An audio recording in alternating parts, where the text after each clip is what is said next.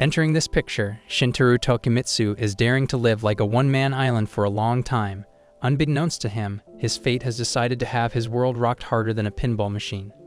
When there is this girl named Tawa who literally flew the coop and landed on his terrace.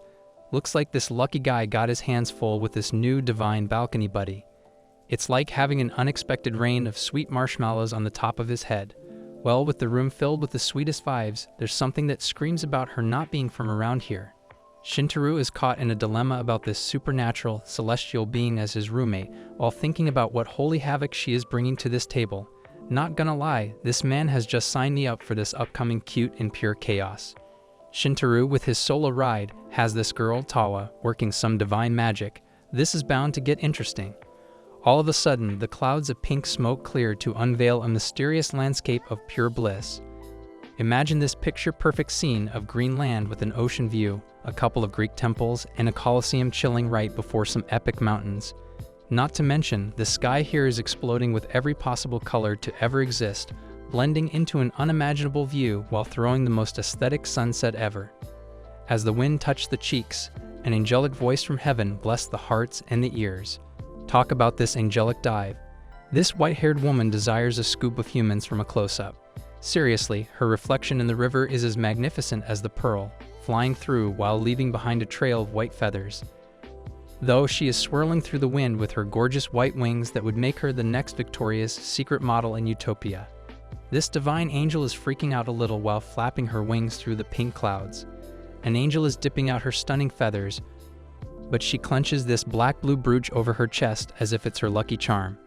It looks like greeting and meeting people does not happen to be the skill in her resume.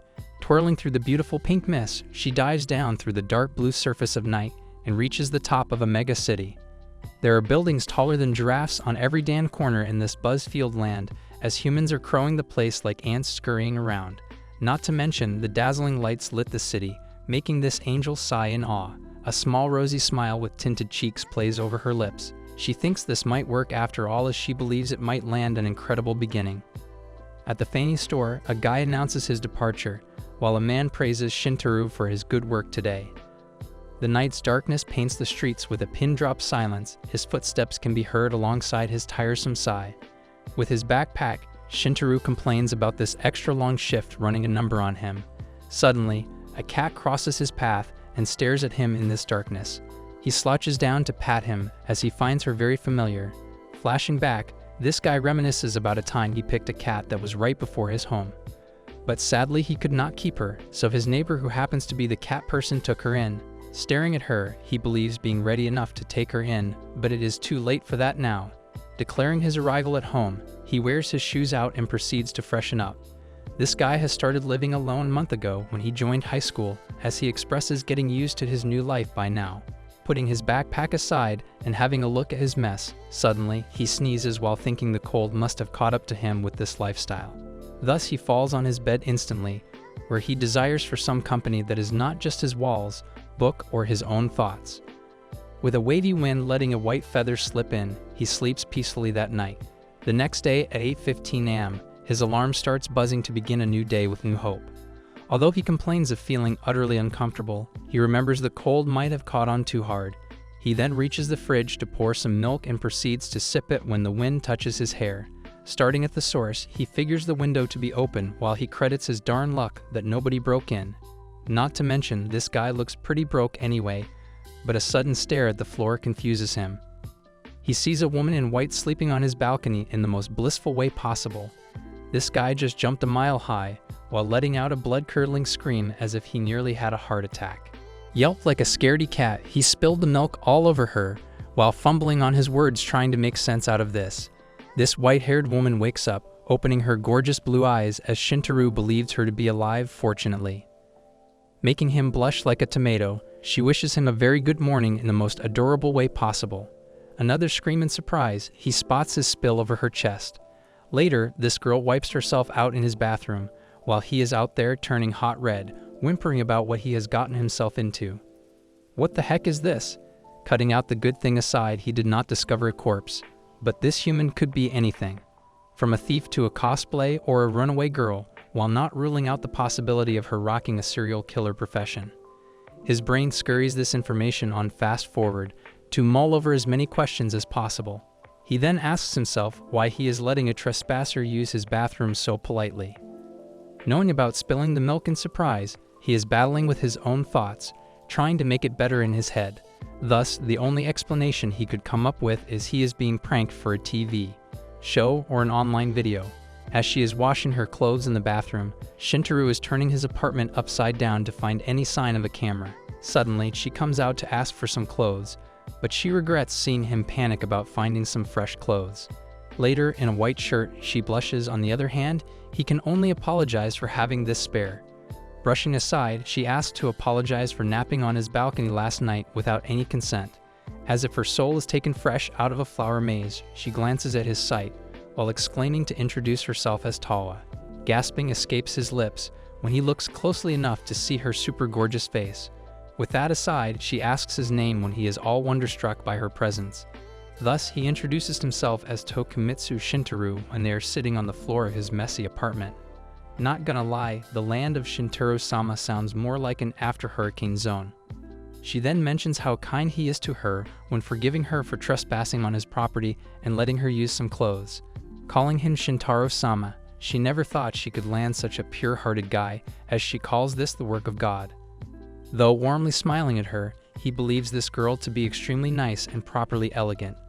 Moreover, she wishes to have a meet-up with his family as well, while he expresses living alone here. Wonderstruck to hear this, she mistakes this block of a room to be a huge mansion with these windows. Baffled by her questions, he is astonished to see she does not know about apartment buildings, as they aren't even rare. After he brushes her foggy mind, she lets out a gasp when she learns he owns this single block of a room only. However, she mentions how she thought this to be a storage room. Given the mess here, as if the storm chooses to come here to wreck every corner, he doesn't blame her for coming to that conclusion. Hence, she compliments him on having a very compact and cozy home while he chuckles at that nervously. This guy finds this model's face as a nice, kind-hearted weirdo fallen from the sky onto his balcony. He then asks her the reason for sleeping over his balcony, so she proceeds to show him gratitude for letting her have a nap, and she wishes to repay him for that.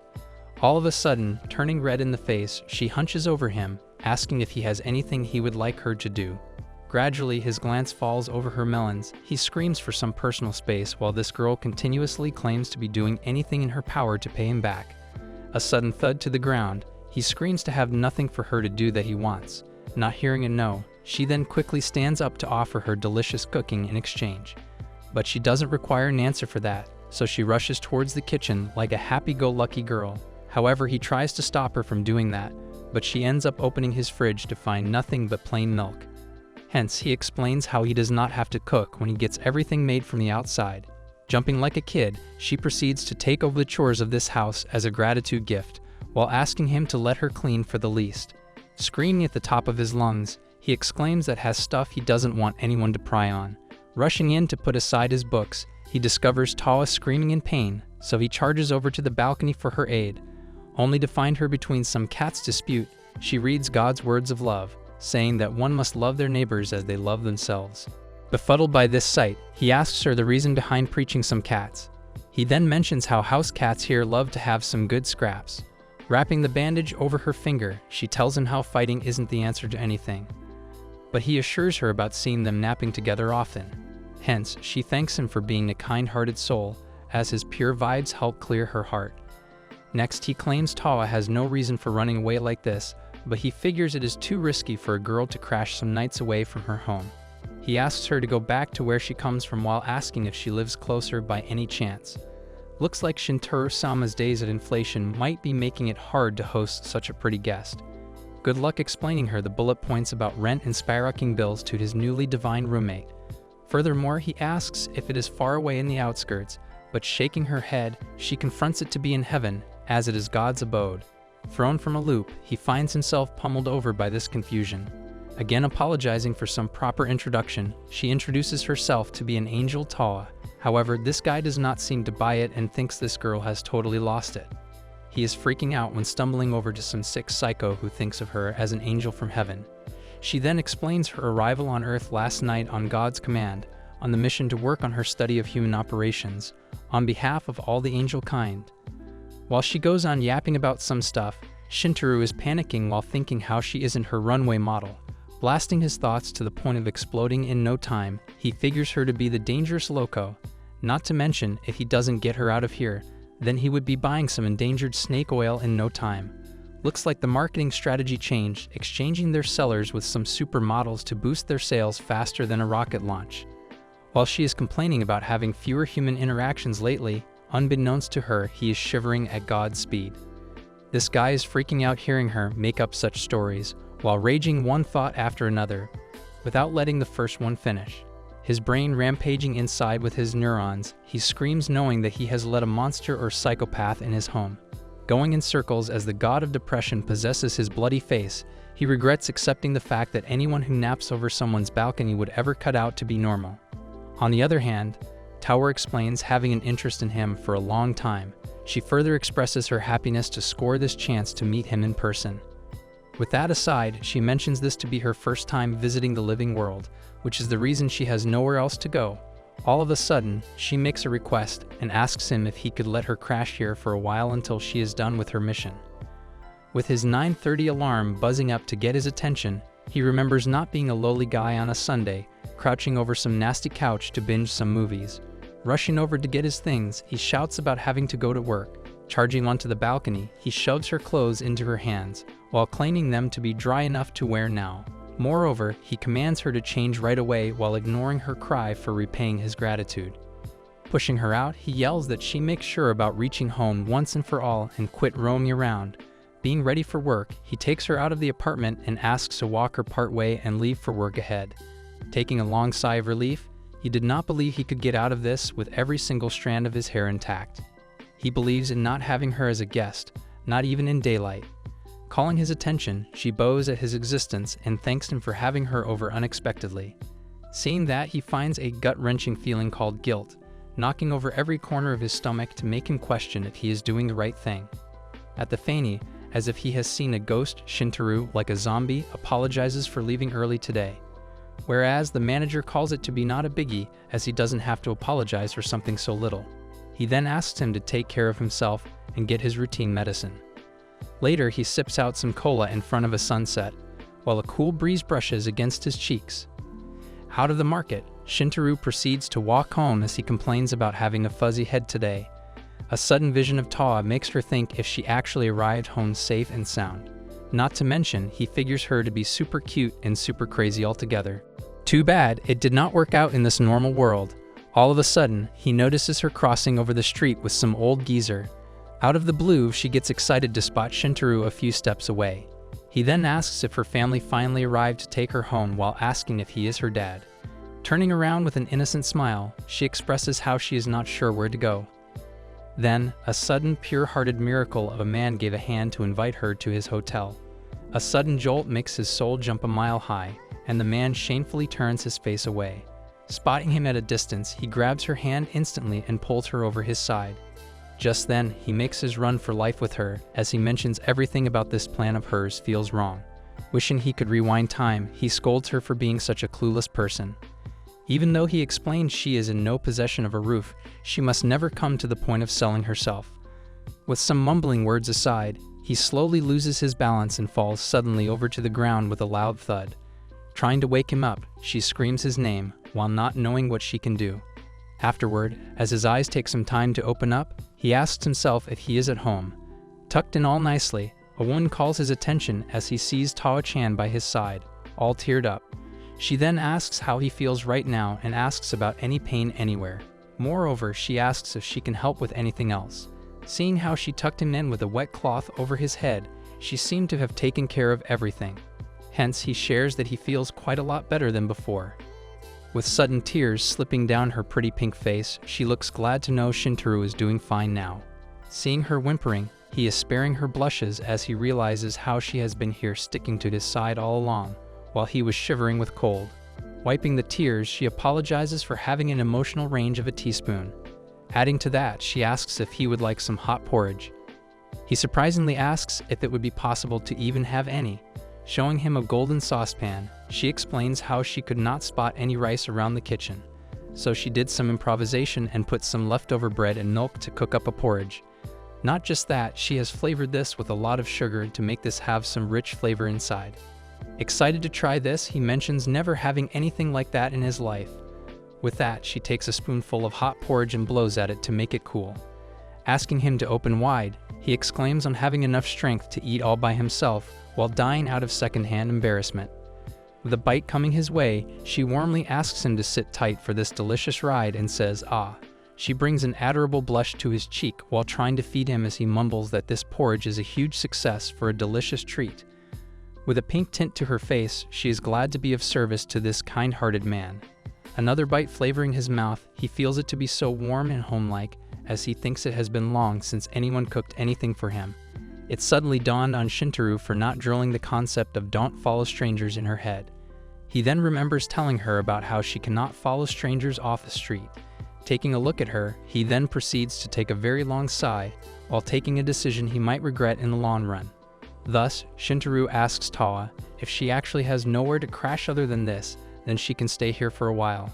Beaming with excitement and blushing the scarlet out of her cheeks, she jolts from where she sits and embraces him in a tight hug.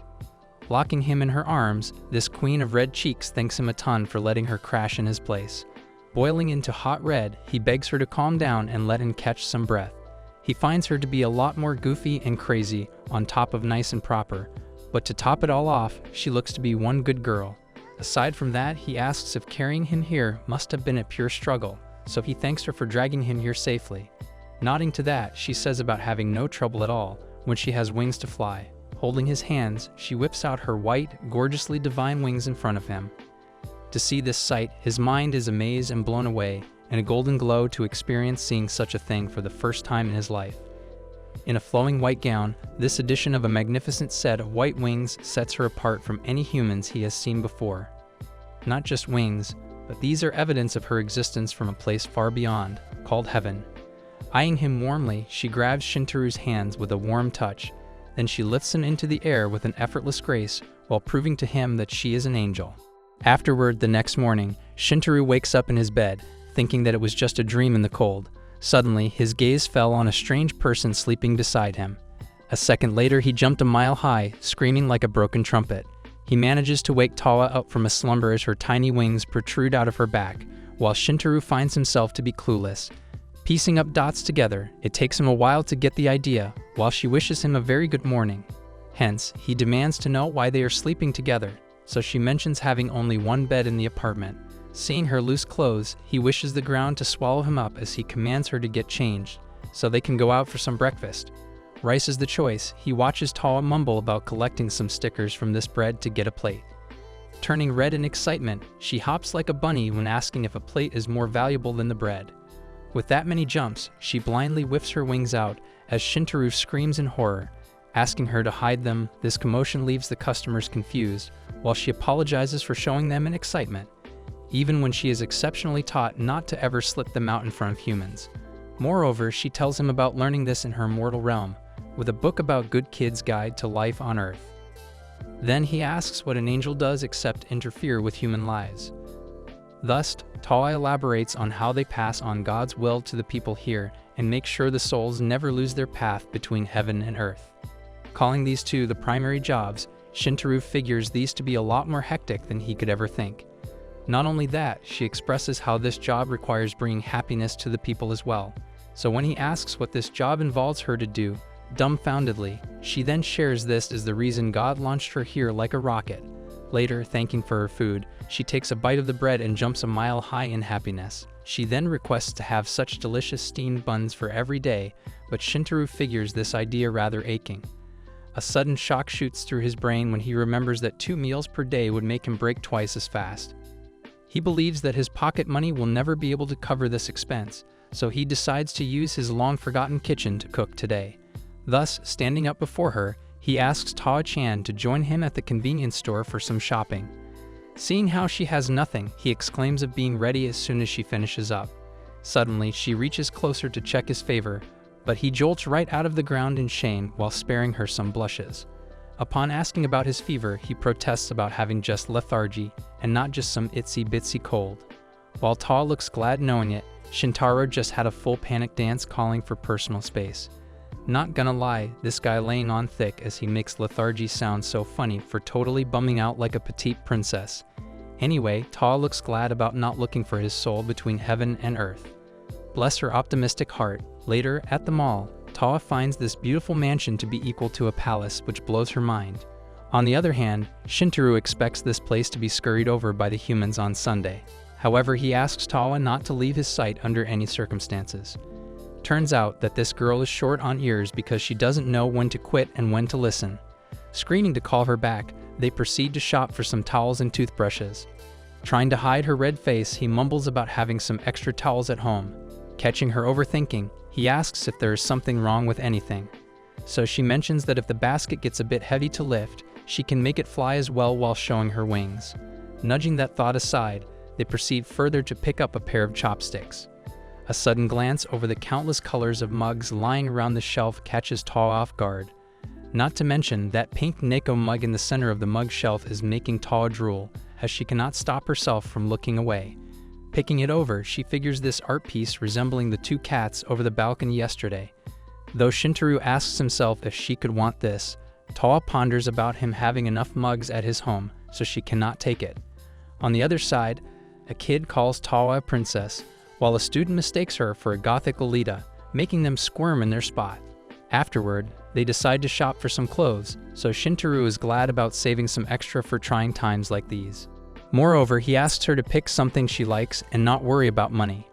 While she runs to try on some clothes, the helper compliments on picking a hot girlfriend, which makes him desire the ground would swallow him right up. About to change her clothes, Tawa realizes how a stranger like her is occupying his home like this while asking herself what she can do to ever repay his kind heart.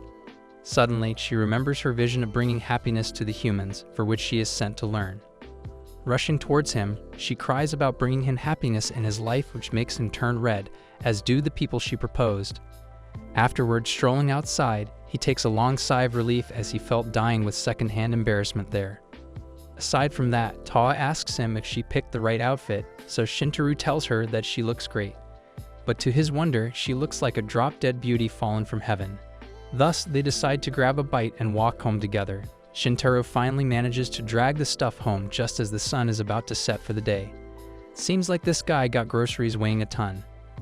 That only happens when a woman tag along. Tawa then mentions putting all the food in the fridge. Hence, ever the charmer, Shintaro checks on Tawa, wondering if she is beaten from all the shopping. But with a warm smile, she says that she had such a joyful evening because of him. Going about the items, Tawa gets startled to see the Neko mug in between them and asks Shintaro about it. So he explains that she might need one of her mugs here as well, so it is hers now. Walking over the moon, she thanks Shintaro happily, while he thinks that he had a great time as well. Fast forward to nighttime, and his inner monologues take a funny turn. He roasts himself for being a cheapskate and not buying the bed first, as his priorities hang between fancy groceries or a comfy bed. As Tawa opens her eyes and lets her wings loose, she sees a beautiful city that is so pretty, filled with all the lights. She sees something moving underneath her. It is not some anime twink chill. It was a train and she was told about it before. Tawa flies to the train and moves along with it, which scares a man. Did not know that men can be scared of something other than gay guys. She flies and sits beside a railing and says to herself that she descended to a place with lots of lights. Now what concerns her is, how should she make contact with the humans? I would tell her that it is better not to interact with humans or another depressed fairy gothic girl will be born. Further, Tawa wonders that she thinks the Good Kid's Guide to Life on Earth said that when an angel descends to Earth, they should maintain a higher position than the humans and emit a powerful glow and introduce themselves in a grandiose manner. For that, they may extend their wings to their maximum size and spread them proudly. The second thing the book said was to hide their wings in blending with the humans, so now she has to choose between these two methods taught to her. Tawa wonders what would be the better choice for her. She wishes to establish good and friendly bonds with humans, so she should try to get to know them first. With that said, Tawa looks at the people from above who are busy in their own hustles and says to herself that they all look kind of busy. She yawns and flies away and says that she will try to look for a more easy place to begin with. After flying a little, Tawa finds herself in an alley and finds no one. She wonders if she should go back to the place where she was before. But she sure is hella tired and yawns and wants to sleep. The realization hits that she can't just go home. She looks at a building and is in awe while she thinks that it is a huge mansion. As she sees that, she flies to a window of an apartment and sees that the room is unused, so she supposes that she could borrow this space for a night without making trouble for anyone. Tawa enters the balcony and sits down. Her thoughts begin to follow her, and she wonders if she even has a place here. But she stays positive that she will try again in the morning, and she has a feeling that she will meet someone wonderful. With that said, she slept on the balcony. Coming to the present day, Tawa says that this is how she ended up sleeping on Shin's balcony. As he hears that, he sweats a bit and says that either way, he is very glad that she wounds up okay. Tawa turns to him with a plate of food in her hand and says that she is really glad that this room was his. She walks to him and sits with him. Shin narrates that this is a little while before the end of the last episode, and they were having dinner together after their shopping trip. Tawa puts down the food and smiles at him that the food is ready so he can start to eat now. Shin knows that he is being a spoiled brat. Tawa even asks him if she can feed him, not the meat this feminine-ass man wants to eat. He gets anxious and says that he can eat by himself. Then Shin starts to eat the food, and the moment he eats it, he yells that the food she made is so amazing. He loves the potato dish she made, and Tawa was so glad to hear that. Shin is amazed that she knows how to make so many dishes, and she tells him that she learned them from the Good Kid's Guide to Life on Earth. This book has got everything that probably none of y'all's small brains could fit.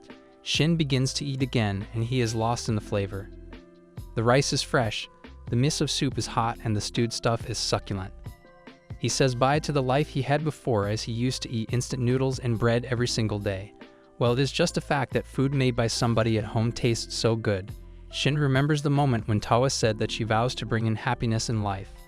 Further, he begins to think that she is so sweet and nice, and a very good angel. He pauses for a moment that he is being served everything without getting anything back. Tawa notices that and asks what is wrong, and why is he not eating, to which he says that he was just thinking if he could do anything for her in return. But Tawa says that he is already doing a lot by letting her stay here. Still, Tawa says that she would like to ask him something after they get done with their dinner. After their dinner, Shin takes her to the bathroom, and he tells her that he will explain to her how to use the bath. Tawa listens to him, and he says that first, she has to close the curtain so she does not get the wash basin and the other stuff wet. Not the wetness his virgin self should be worried about. He tells her to make sure that the curtain is inside the tub. Next, he tells her that she has to turn this dial to get her hot water, and the other dial is for the temperature. Then, Shin tells her that if she wants to take a bath, she needs to fill up the tub beforehand and use a plug to block the drain. I wonder if the femboys use the same plug for themselves. Shin gets up and asks if that helped her, and she says yes it did and thanks him for it. Later, Shin stands outside the bathroom while Tawa showers. He thinks that having a girl take a bath at his place is getting him all on the edge. Shin can't stop his imagination and wonders what is wrong with him. Boy, your gender knows no self-control, so chill out. He runs to the TV lounge and turns on the TV, but well, even that is not of help because all he can think about is Tawa taking a bath. He bends down on the ground and thinks that this is too much for him, and he can't just live like this, because to think about it, a girl is going to be staying, bathing, changing, and sleeping at his place. Since self-control is a hard task for Shin like any other man, he thinks that this is hell for him. He gets up and says to himself that he should start to study. He has an English quiz tomorrow. Well, that is what he actually began to focus on. A side note about Shin, he can actually focus when he gets into the groove. After a lot of focus on his books, Shin gets up to take a piss break and forgets that Tawa is still in the shower. He opens the door and screams on top of his lungs as if his privacy got invaded. Shin closes the door right away and begins to say sorry because he did not mean to peek and he just needed to use the toilet. It got out of his mind that she is still in there, and he keeps saying sorry to her. Tawa says in a shaky voice that it is okay, while Shin curses the all-in-one toilet thingy in Japan. As he sits there and curses himself, Tawa pops up and says that she will draw the curtains and wait so he can go ahead and use the toilet. Shin yells in his mind that he does not have a humiliation kink, and then tells her that it is okay. He got rid of his urge to pee after the big surprise. After a while, Shin sits in the bath and wonders that when he was alone, he would not have to worry about anyone being on the other side of the door. But now he has to stay careful. Then Tawa comes to him and asks if she can wash his back for him. Well, as soon as he sees her, he gets so shy and draws the curtain on himself and says that there is no need for that, and he can do it by himself. Later at night, when they go to bed, Shin lays down with Tawa beside him, and he thinks that at first he only needed one bedding in the studio apartment. He is shy as he thinks that they are way too close to each other. Tawa already fell asleep, but he can't sleep, and he knows that he definitely needs to get an extra bed tomorrow. The next morning, as the sun rises, Shin sits on his bed with his face looking like a zombie. Well, he did fall asleep, but for just a little bit. Then Shin grabs his phone and looks at the time. It was 5:45 a.m., not even 6 a.m., so he decided that he would go and take a leak and go back to sleep. Once again, as he opens the door to the bathroom, Tawa stands at her naked, with just her bra on, and they both scream. Shin quickly closes the door and says that he forgot and is sorry for doing that once again. Tawa says sorry to him for waking up and changing without telling him first. But Shin says that there is nothing wrong with what she did. He is in the wrong here, so he accepts it. Later on, as Shin cleans his teeth with a brush, he wonders that he took a lot to go back to sleep. But he realizes how bad it is to walk on someone naked, and as this might continue because they take baths and change regularly. So Shin decides to set some ground rules. One comes across his mind, and that is, what if they left the bathroom door open when it is not in use? That way, when it is closed, they will know someone is in here. Shin takes his pants off to take a leak and opens the toilet lid. But well, Tawa walks in because she wants to brush her teeth and sees him sitting on the toilet. They both scream once again as if they saw a cockroach. Well, not cockroaches, but yeah, something similar to that. Both of them begin to say sorry to each other out of anxiety. Shin wishes to just go poof after a hot angel saw her small stuff. Then comes the third day of his life with an angel. He narrates that he was being spoiled so much by her, but at the same time he was unable to fall asleep. Tawa serves him the food she made for him and tells him to start with it. As usual, the food was amazing and he ate all of it. Shin thanks her for the food. Then he looks at the TV, and it is airing the Good Mofuning time. He realizes that he has to get to the school. Tawa asks if he is a student and he says that he sure is. He is a first-year high school student. As she hears Shin, she says that she will clean up and get ready too. But Shin tells her that she does not have to come to school with her because people would be in shock if they see her with him. He says more that Tawa must have other stuff to do too. But Tawa says that she has to stay with him to keep him happy, and she very much wants to go with him. They hold an awkward eye contact and he tells her that she can't come while he wears his tie. Tawa gets up and says that he should take a day off then. Shin says that he would love to take a day off, but he is a student and his duty is to study and he has to do that. Tawa finally understands and says that she should not get in the way of his duties and she will stay back. Shin feels relieved and says that he will leave some money behind for her just in case. Then, as he is about to leave, he says that if she could, he would appreciate it if she would stay home and wait, and he will be back by evening. Sounds like a typical man, so he tells her to watch some TV and relax till then. She says she will take care of herself, and with that said, Shin leaves. Shin walks to the school while he thinks that he kind of feels bad for her, but he could not bring her with him. But for now, the only thing that bothers him is, he is sleepy as heck and he is so full that he wants to throw up. Suddenly, a friend of Shin comes from behind and hits him and greets morning to him. Shin yells at him and calls him an idiot and what if it all came out. His friend asks him what he is talking about and Shin says that he could vomit. Then Sumugi comes and asks what they are doing. His friend Shu explains that they are talking and she comes to Shin and asks if he is okay because he looks very unwell. She asks Shoei to look at him too and he agrees with her that Shin looks very pale, like a ghost, and he looks like he has been possessed.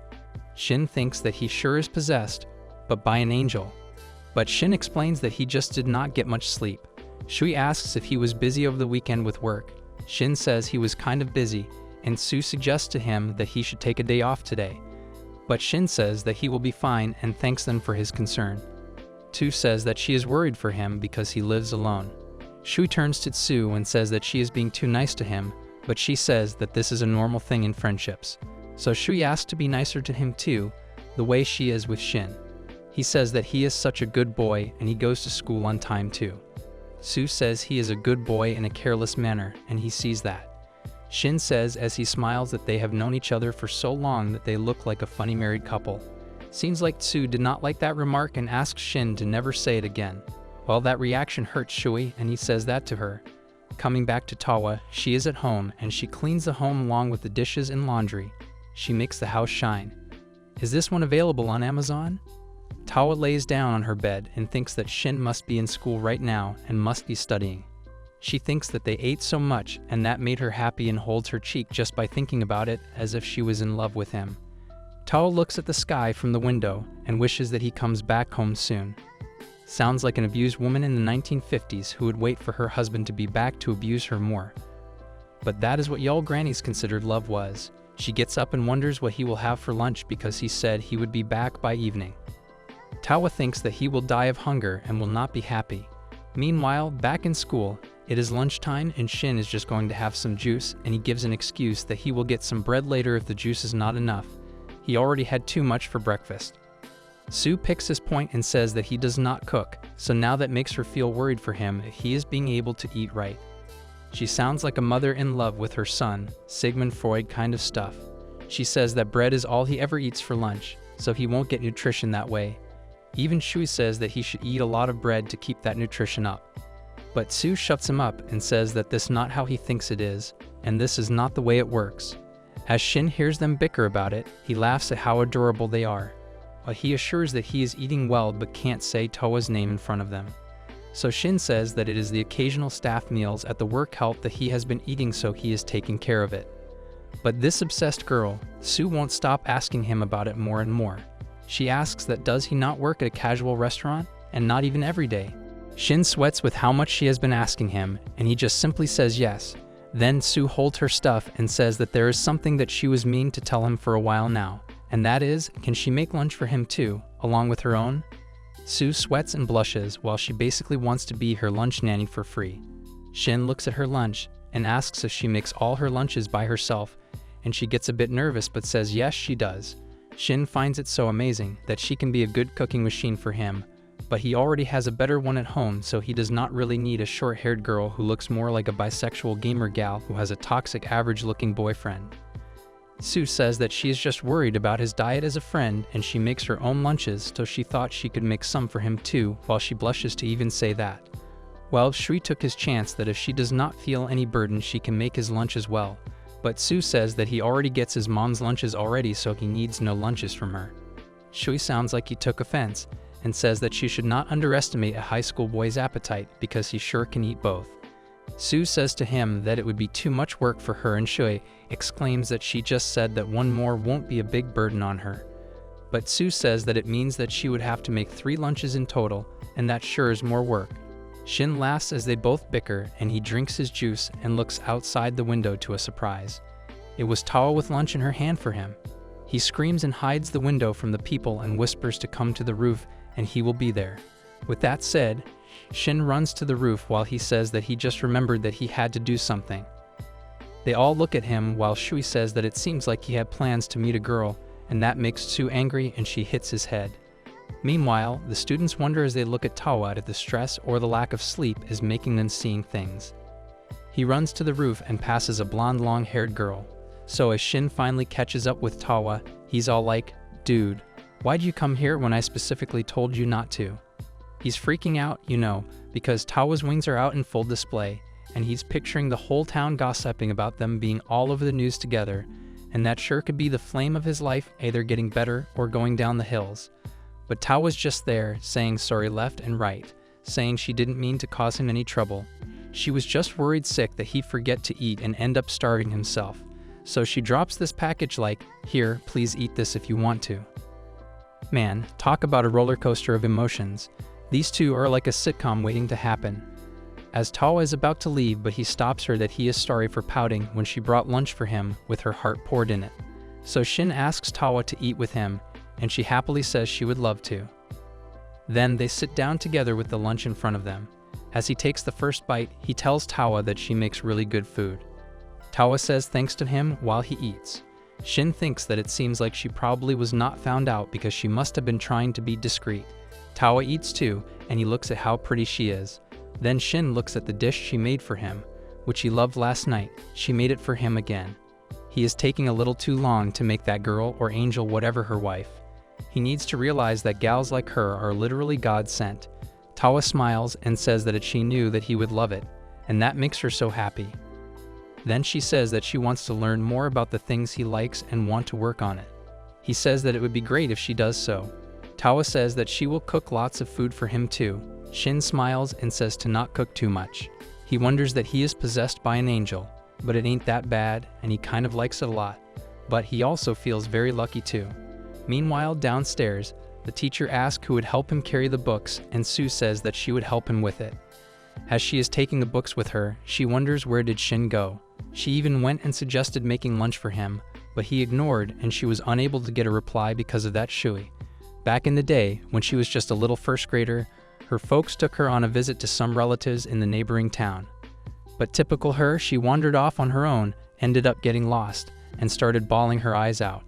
Then out of the blue, this boy shows up, asking what is up and why she is sobbing like there is no tomorrow. And wouldn't you know it, it was Shin, her knight in shining armor from way back when. So Shin, being the stand-up guy he is, helps her find her way, and they stumble upon this house. She is all like, "Hey, this is where I live." And he is like, "Cool, glad I could help. Catch you later." And just like that, he is gone. But not from her mind, oh no. Thinking back, she realizes he was her very first crush, all the way back in the first grade. Crazy, right? But then life happened, and she did not see him for a whopping 9 years. Talk about a disappearing act. Way better than what y'all dads pulled off. Heck, she probably would have forgotten his name if fate had not decided to play matchmaker again. So it had been years since they last bumped into each other, and lo and behold, fate decided to throw them back together again. She could not help but chuckle at the irony of it all. But there was this nagging fear in the back of her mind, you know, the kind that makes you hesitate to bring up old stuff for fear of being labeled a stalker. So she played it cool, acting like their past did not even exist. Fast forward to today, she is just chilling by the window, minding her own business, when she spots Shin doing some shady business with Tawa. I mean, talk about a plot twist. She could not believe her eyes. It was like something out of a cheesy rom-com. But here is the thing, as much as she wanted to brush it off as coincidence, there was this weird feeling in the pit of her stomach. Like, was Shin really who he seemed to be? Or was there more to him than meets the eye? She could not shake off that sense of unease, you know. Anyway, she decided to keep her cool for now. No need to stir up drama just yet. After all, life is way too short for unnecessary confrontations, right? So she just leaned back, watched the scene unfold, and wondered what other surprises fate had in store for them. Meanwhile, Shin tells Tawa that she has to go straight home, and she can't follow any strangers, and she agrees to what he says. Tawa grabs his arm and tells him to come home soon with puppy dog eyes, and he says he will. Someone met their horror upstairs, of course, and it was Sue. Her eyes are wide open. He shakily says to herself that he really was meeting a girl and Shui was not wrong after all.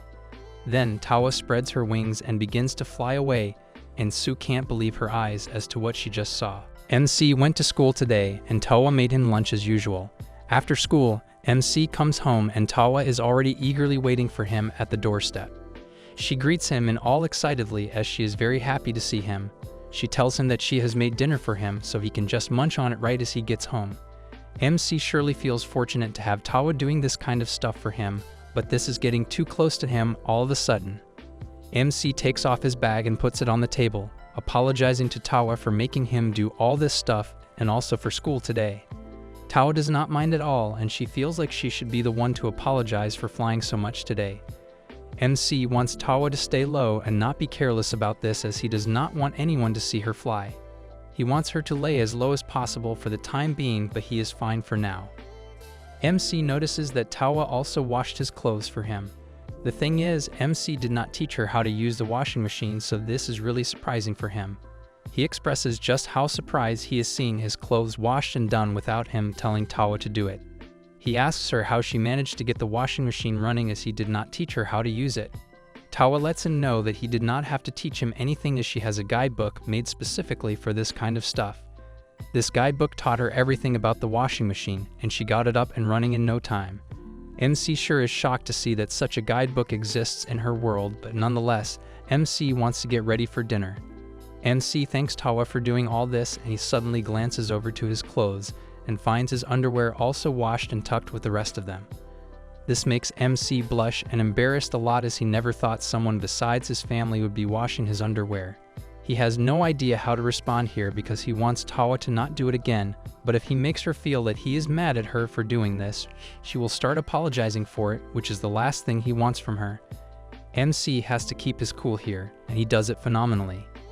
He thanks Tawa for doing this and picks up one of the underwear only to find another one with a bear sticker stitched on it.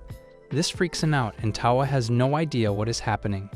Upon asking about it, Tawa tells him that this underwear was a little torn from that side, so she mended it herself. MC knows she had no ill will, but he has to deal with it right now, or it will get worse for him with time. He tells Tawa that she can wear every clothes, but she has to let MC do his underwear. Tawa gets the feeling as if MC does not like the bear, so she offers to put bunnies the next time, but that is not it. MC just does not want her to have anything to do with his underwear. With this out of the way, MC gets to dinner and sleeps peacefully. On the other hand, a girl from the store is in her shower, thinking about MC every second.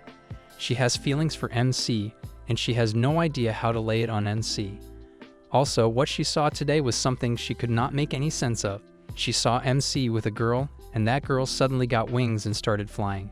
She knows what she saw and she saw it clearly, but it does not make any sense to him. She knows humans cannot fly, and there is no possibility that that girl was legit flying. The girl thinks about it long and hard, and she realizes that it may be the fact that she saw MC with some other girl, and it got to the point where her mind started playing tricks on her. She knows she is deeply in love with MC, and she wants him to know this, but there is no way for her to just go up to him and tell him. She gets very frustrated until her mom comes asking if she is alright in there. She also wants to make lunch for MC and wants to ask MC if she can do that for him. The next day, MC wakes him only to find his lunch already made for him. Tawa gets his lunch for him, but MC tells her that he cannot take it today. This makes Tawa feel as if MC has started to hate her. MC tells her that that is not the case. It is just that he does not want anyone in the school to be suspicious and ask questions about it. But he takes it anyway. Tawa tells him that the dinner will be ready when he gets home, but MC tells her that he will get a little late and won't be home until after 9. It is because of some work and hearing about it that Tawa also wants to go. MC tells her that she cannot because he cannot risk someone noticing her like this. Tawa wants him to take her with him, but MC dodges the conversation, telling her that he is very happy and fortunate that he has someone like Tawa doing all this stuff for him. This gets Tawa going, and she gets very happy that MC feels fortunate and happy because of her. On the way to school, MC feels bad for getting out of that conversation like that, but he meant those words. He does feel very fortunate to have Tawa with him. Getting to school, MC gets to his class and attends the lecture. After this class, he wants to eat his lunch alone so no one notices that he already has his lunch with him. He tries sneaking out of the class.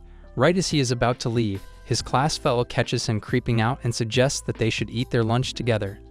The girl is also with them and is deeply in love with MC. She and the other guy are sitting with MC with their lunches out when the girl feels like this is the perfect chance to ask MC if she can make lunch for him or not. She wants him to say yes, but she stops right when MC gets out his lunch and puts it in front of him on the table. The girl is speechless as she knows his mother is not home. She wants to know who made him this lunch. The guy with them is surprised to see that MC brought his lunch with him from home. Upon asking, MC has to come up with something believable or he is done for. After thinking a lot, MC tells him that he encountered an old lady who passed out on the way and he helped her get home. She gave him this lunch as a thank you and nothing else. Saying it out loud, MC realizes just how dumb this excuse was, but the guy buys it. The girl on the other hand does not, and she is more suspicious about it now. MC thinks he got out of it and opens the lunch only to find writing on his rice. It is a good wish from Tawa with Tawa's name on the bottom. MC freaks out and starts eating it right away so no one can see it, but the girl saw it. She is in disbelief reading the name Tawa. She knows for a fact that some girl made it for him, and it is not his mother or sister for sure. She cannot believe that this is all real. After this horrific encounter, MC takes the rest of the classes and leaves. On the way to work, he is thinking about what happened today and just how dumb it was. He knows that he is coming with half-assed excuses, and he cannot keep on doing this. He cannot keep saving the same old lady every day and telling this as a story about the lunch. MC does not want to hide anything from anyone, but he does not want anyone to know that he is living with a girl. He feels like such a loser now, but he cannot do anything about it. He feels like he can tell everyone that Tawa is not a real angel but a cosplayer. The thing is, this is not the reason he is hiding her from everyone. He just does not want anyone to know that MC is living alone with a girl. MC starts banging his head on the pole and everyone starts watching him. A random fortune teller appears out of nowhere and tells MC that he finds himself in a girl's trouble, and it is just going to get worse from now on. This gets MC's attention, but he gets out of there right when the fortune teller tries selling him her talismans. MC leaves, but he knows that the part about the girl trouble is real. Then he thinks about Tawa and realizes that the fortune teller is wrong. Tawa is such a sweet girl, she cannot be trouble to anyone. MC reaches the hotel and the manager greets him, asking about his health. MC apologizes for taking off on Saturday, but the manager is okay with it. He lets MC know that a new girl, Izumi, joined here, and he will be working with her today. MC is looking forward to it.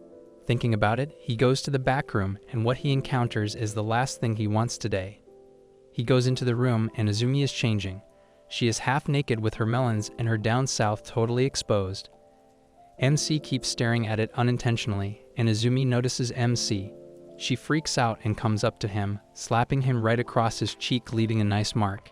MC gets back to work with this very clear handprint on his face. His coworker asks him about it, and he tells him that he is fine.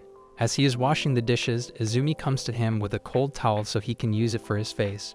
She tells him that she did not mind about what happened as it was her fault for not locking the door. She tells MC that he has to forget what happened as she has already forgotten it. Saying this, she leaves and MC does not even get a single word in. He gets to work and the day is going just fine. He and Izumi are serving the tables excellently. As Izumi serves one table, MC looks at her and stares at her clothes, only to find himself imagining her naked body again. He starts banging his head on the wall again in frustration. Anyways, MC realizes that he was thinking about the dilemma of Tawa. He thinks about it and he still does not have any answer to it. The day ends and the manager tells MC and Izumi to clock off. As they are about to leave, the manager tells them that there are trial parfaits in the breaker room fridge and they should try them and tell him what they think about them. Both of them get happy and head over there. As they are about to enter the room, Izumi gets the feeling that MC does not want to eat with her, but that is not it. MC tells her that he just feels like a loser and that the day kind of sucked today. She tells him that he worked excellently and he should not feel about it like that. Saying this, she goes inside the breaker room because it feels like she does not want to be nice to anyone. MC is just thinking if Izumi just complimented him or not. Izumi, on the other hand, opens the fridge and gets the parfaits out. These are cherry parfaits and they look delicious. She puts both of them on the table so they can eat it. MC notices cherries on top, and it shockingly reminds him of the underwear Izumi was wearing. It had cherries on it as well, and he starts blushing about it. He wants to stay calm and be cool about it, but he cannot control it. Then he remembers that Izumi said to him that she did not mind, so it is okay after all. He turns to look at Izumi only to find her blushing so hard she is completely red. MC knows she is thinking the same thing as well, but Izumi tries dodging it. The room suddenly starts getting cool and a huge storm starts in the room out of nowhere. It is getting so cold inside the room and in the entire hotel. Izumi is freaking out with embarrassment when she tells MC that she is a Yoki-onna. What in the name of Lord Heavens is that? MC cannot believe his ears. He cannot believe that after an angel, he encountered a Yoki-onna. Izumi felt as if no one would believe her, but MC told her that he was okay with supernatural stuff, and he believed her. The hotel is going haywire, and the customers are complaining about the sudden drop in temperature. The food is going cold in an instant, but there is nothing anyone can do about it. MC, on the other hand, tells Izumi that he believes her and she can calm down now. She tries her best, but nothing works, so they just run out of there. After running for a while, both of them are far enough so they can talk about it. Izumi asks MC if believes her really or if he is playing with her. MC tells her that he is sure about what he said. Izumi notices that she is holding both of the parfaits. She ran out of the hotel and grabbed both of them without a second thought. Seeing this, both of them start laughing. On the other hand, we see Tawa playing games on MC's console, and she is having so much fun. After a nice session, she is exhausted out of her mind. She expresses how the games in this world are so much fun. She notices the time, and it is way past 9. She is a little worried about MC now. Meanwhile, the girl from MC's class is in her room thinking things over. She cannot get the lunch thing from today out of her head. She wants to make sense of it, but nothing works. Randomly, she starts craving ice cream, so she gets up and goes out to the convenience store to get some at this late hour. We see MC and Izumi sitting on a bench in a park after they get down those parfaits. They were delicious, but that does not matter right now. MC is trying to make conversation with Izumi, but she is not responding normally. It is too awkward for MC. MC got to know that Izumi is in the same school as him, and that she is in fact a real Yoki Onna. Can we already know what a Yoki Onna is? Izumi speaks up and asks MC again if he totally believes her or not. Before MC responds, Izumi starts explaining her backstory. She tells MC that she is a real Yoki Onna, and it is passed down the generations in her family. Her mother and grandmother were Yoki Annas as well, but the thing is, they knew how to control it. Izumi, on the other hand, did not, and that caused her to drift away from people in general. She tried making friends, but every time she interacted with one, she would lose her emotions, causing a huge blizzard as a result. From that point on, Izumi decided to stay away from people and not make any friends. That could not go on after high school started, so Izumi thought to join the hotel so she could serve and interact with people. That is failing miserably, as she caused a huge scene today. Saying this, Izumi starts crying and a huge storm breaks out. MC notices that Izumi needs help here. He tells her that it is not her fault she is this way, and the thing about trying to fit in again is amazing. MC is surprised that she is trying to change herself because it takes a lot of courage to head in and do the thing. People say they want to change, but they do not put the effort into it. She, on the other hand, is willing to try, and that is phenomenal. Hearing this from MC gives her the confidence she needs, and the storm stops. She starts tearing up, but these are happy tears. Izumi wants to be MC's friend, as this is the first time someone understood her and reassured her the way she wants to be. She wants to call MC by his first name, which is cool by MC. As they are talking happily, a feather drops on Izumi. It is Tawa, and she came here looking for MC. She found him, but she noticed Izumi sitting with him as well. She is trying to make sense of who this girl is when the girl from MC's class shows up here as well. She thought she would never see the girl flying, but here she is again watching this in real time. The situation is bad for MC, as he was a perfectly normal 16-year-old until this moment. MC and Izumi were chatting out in the park sitting on a bench when suddenly chaos wreaked upon MC. The worst thing he imagined that could happen, happened, and he has no way to get out of it now. He and Izumi were bonding like good friends, and it was going really well. Heck, it did go really well, and Izumi was glad that she finally made a real friend who understood her. She told NC all about her past and the thing about her being a Yoki Onna. For some weird reason, NC was not bewildered hearing about her being a Yoki Onna, and he assured her that it is not bad to be one around him. He made her feel at peace, and this was the thing Izumi needed. She let herself be finally open to MC, and they became good friends here. She told NC to call her Noel, as that is what friends do, call each other by their last names. Then why is it that my friends call me by something that is not even close to my name? They were having a good friendly moment when Tsumugi decided to leave her house to get some ice cream. She had a random craving for ice cream, and the route to the convenience store was through this park. She was on her way to the convenience store when she saw NC and Izumi sitting alone on a bench in a park. Meanwhile, at home, Tawa was exhausted from playing game after game, waiting for MC to be home. MC told her that he would be home by 9, but it was way past that, so Tawa decided to go and look for him. She came to the park as well, flying, which was the last thing MC needed here. Now Tawa is flying right in front of Izumi and Tsumugi, and they cannot believe what they are seeing. Tsumugi has her confirmation about what she was seeing the other day, and it is definitely a flying angel. Izumi, on the other hand, is seeing Tawa for the first time, and she cannot process this at the moment. MC is forced to think about where he went wrong, and why is he having all of this happen to him all at once. MC cannot think of a way to get out of this now, so he has to face it. The girls are shocked to see each other, and they have nothing to do but ask MC all about it. Tawa tells MC that she was worried about him, so she thought to come looking around for him. She thought it was nighttime so she could fly, but apparently not. On the other hand, Izumi is shocked and mad at MC for not telling her about this girl. Also, she cannot believe that this is a real angel because she is flying and has real wings. Tsumugi, on the other hand, confronts MC because of what she saw the other day. She tells MC that she thought she was seeing things, but she was right to think that this girl was flying. All of this is getting dumped on MC all at once, and he cannot process any of it. He jumps in agony, telling everyone to stop talking so he can think straight. He tries telling them that everyone should go home and pretend that they saw nothing, but obviously, they cannot do that here. Worth a shot, I guess. He then gets to thinking just how he can convince these two. Izumi and Tsumugi just stay quiet about Tawa around everyone else.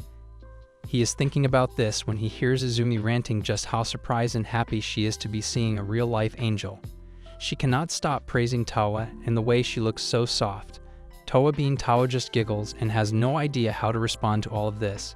Izumi shares that her favorite characters in anime and manga are all angels and she cannot be happier seeing a real one in front of her eyes. MC is a little relieved seeing the way Izumi is taking this, but he notices Tsumugi and the reaction she is giving. He cannot figure out if she is taking this well or if there is a storm coming his way. They all sit and talk about all of it. MC tells Izumi and Tsumugi about Tawa and how she started living with MC. Tsumugi was a little confused before, but now everything makes sense to her. She gets everything clear, asking MC if Tawa is a real angel, and she just happened to be living with him. He assures her that there is nothing weird going on here. MC explains that Tawa is here in the human world to study humans, and the way she came to be living with MC is quite simple. She was sleeping on MC's balcony one night when MC saw her alone and helpless. That is when he decided to let her in his house and let her stay. Tsumugi cannot help but feel in awe hearing this. She loves MC, and now hearing just how kind and caring he is, she loves him even more. With this out of the way, Tsumugi is relieved and she knows that MC does not have a girlfriend like she was imagining. She also wants to know if the lunch that MC had was also made by Tawa. That was sure as hell made by Tawa, and this just adds to the relief for Tsumugi. Izumi on the other hand is all confused. Izumi asks MC how he knows these two girls. About Tawa is clear, but she wants to know more about Tsumugi. She wants to know if she is a friend of MC or not. MC tells her that she is. Tsumugi on the other hand knows Izumi, whereas Izumi does not know anything about Tsumugi. Tsumugi explains that she saw Izumi roaming the halls in the school, and she also got the nickname Ice Queen because she does not talk to anyone in school.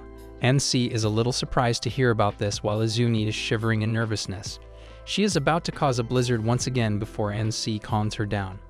Izumi is for some reason not happy about MC being friends with these two girls as well. Izumi is a little frustrated and she is getting a little agitated as well. MC calls her by her last name, but she reminds him that he has to call her by her first name. Tawa on the other hand apologizes to MC for getting him in all of this. This is all because of her being reckless and flying without thinking about it. MC tells her that it is not biggie, she just has to be careful next time. MC is very relieved about the way this thing turned out. He thought it was going to be all messy and stuff, but everything calmed down in a bit, and now he has to worry about nothing. The way Izumi and Tawa are calling MC by his first name is making Tsumugi very mad.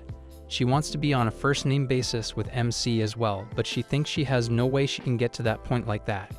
Right when MC thinks that this is all taken care of, Izumi gets up and tells Tsumugi and Tawa that she is a Yokiana. MC did not see this coming. He cannot think of a reason she is doing this. He reminds Izumi that this was supposed to be a secret between them, but Izumi does not care. She saw Tawa and how brave she was telling them that she is a real angel, so she figured that she should do the same and tell them her secret. Tsumugi and Tawa have no idea what a Yokiana is, so Izumi starts blizzarding it up to let them know that she is a snow woman. It is a genetic thing, and she blizzards up whenever she gets emotional. She starts a storm by thinking about an embarrassing memory. This makes the wind go crazy, and everyone can see her underwear now. MC tries telling her to cover up, but she does not listen. She wants her true self to be out in the open for Tawa and Tsumugi, and it now is. She tells them that she is thinking about the time when MC peeked in on her while she was changing and saw her underwear. Hearing this makes Tawa and Tsumugi think of the worst scenario, and they start getting MC the stares. MC tries telling them that it is not what it sounds like. He did not do it on purpose, it was an accident. Anyways, MC tells Izumi to calm down and she does. Seeing her, Tsumugi comes forward and has something to share as well. MC does not want to hear that she is a supernatural being as well right now. Tsumugi speaks up and tells everyone that she kept wetting her bed until she was in 5th grade. MC and others are confused about why she is sharing this. Tsumugi thought she should also let them in on her secret, but she misunderstood. Anyways, everything is settled and all of them are calm. Izumi asks Tawa about her wings and if she can make them bigger or smaller on command. She tells her that she can because wings are like a visual of her powers, so she can totally grow them big or short. Tsumugi is also a little surprised by all of this. Izumi tells Tawa and Sumuji that they are MC's friends, and as her friends, she trusts them as well with her secret. With everything out of the way, MC and Tawa get home. MC is pooped out and he cannot even get up from the ground. Tawa makes dinner for him, and while she apologizes once again for making all of this happen to him. She knows she was not supposed to fly out in public like that. MC tells her that it is not a big deal. He wants her hidden for her safety and nothing else. At night, MC is having a dream in which special forces do a raid on MC's house. They get into his house because they are briefed about him having an angel, Yokiana, and other supernatural beings in his house. He is surprised and confused at the same time, but the special forces do not care about him. They are here to get those beings and get out. MC takes a look around, and Izumi is in the house with a kappa. MC cannot figure out where this kappa came from, but nonetheless. He then notices the commandos grabbing Tawa and taking her out of his house right in front of his eyes. He cannot let this happen, so he fights for it, but it does not work. He wakes up from the dream only to find Tawa waking him up. He goes to school with his baggy eyes as he has not slept at all. He was up all night because of the dream and could not sleep. He cannot think about losing Tawa like that. In the school, he is walking to the class when he comes across Sumuji with even baggier eyes. The reason she did not sleep last night was because of her constant thinking about MC being with Tawa and Izumi. She kept thinking about it, and it was not healthy for her, obviously.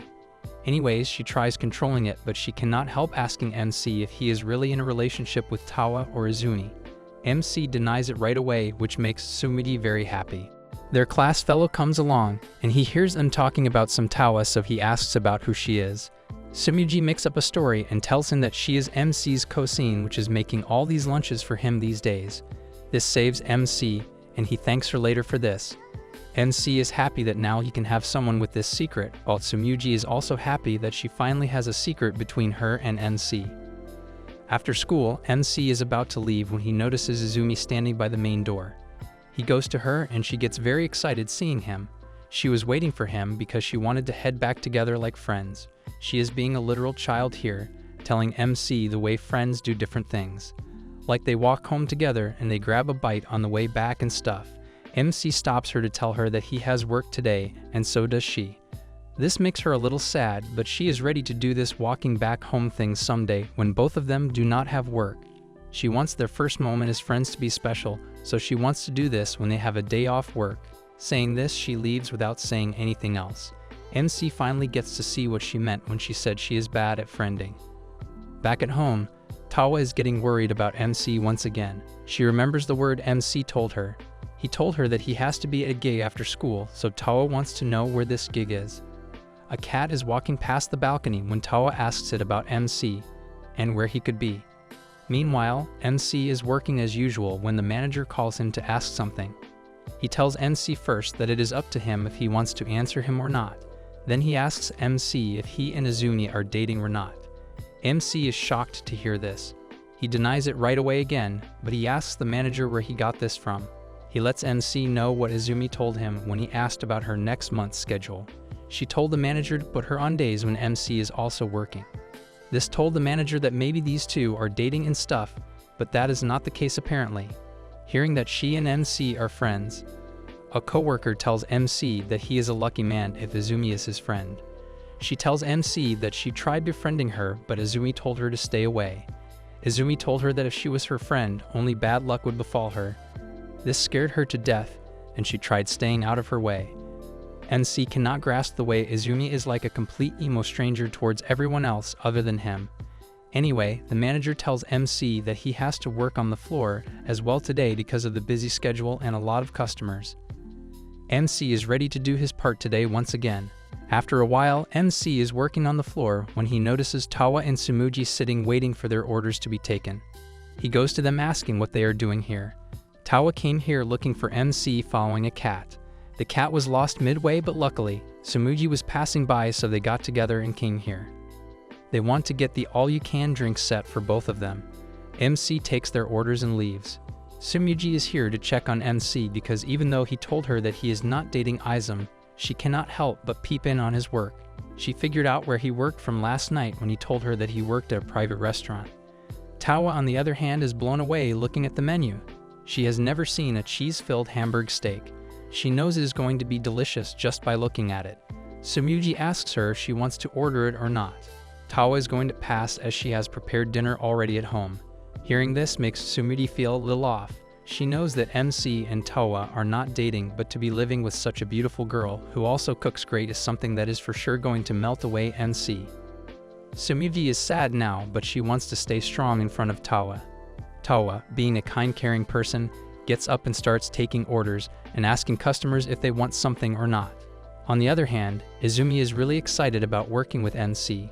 She is a little too excited around the restaurant, so the manager calls her to tell her to calm down a little bit. She goes and tells MC that she cannot be his friend anymore because she cannot balance friendship and work here. MC tells her that he respects her decision, but Izumi leaves abruptly, telling MC to not talk to her as they are not strangers. Tawa is doing her thing again, so MC gets her out of the restaurant to tell her that this is not her job to do. She tells MC that she wants him to be free early so they can go home.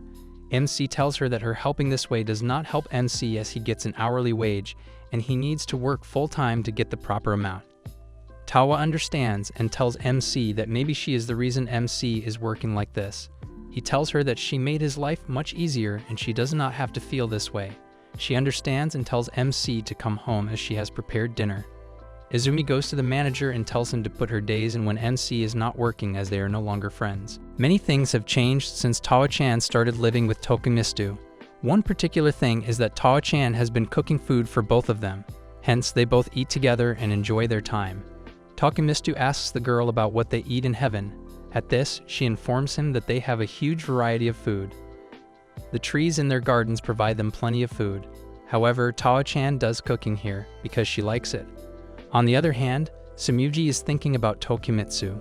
Apparently, the boy has been asking her for advice about Tawa-chan. Sadly, the stupid boy doesn't know that Sumuji has a crush on him. Hence, every time he asks her for advice, she genuinely gives him one. But after that, she feels bad for herself. The girl is his fairy godmother. Sadly, the dude is too blind to see. Apparently, the boy is living alone because his family has gone on a vacation. He wanted to go to high school in Japan. That's why he didn't go with his parents. The boy is confident and he is pretty headstrong about the things he wants. Sumuji feels happy that the boy is her classmate now. She likes him because he is a good-hearted person and they are now good friends. However, Sumuji feels sad that the boy is living with an angel at home and he has a Yuki Onna at the workplace. The girl knows her opponents are tough and her chances of being with Tokumistu are slim. Even after all this, she wants to help Tawa-chan and Izumi because they are nice girls and she wants to help them. But it still bothers Sumuji when the boy talks to her about other girls.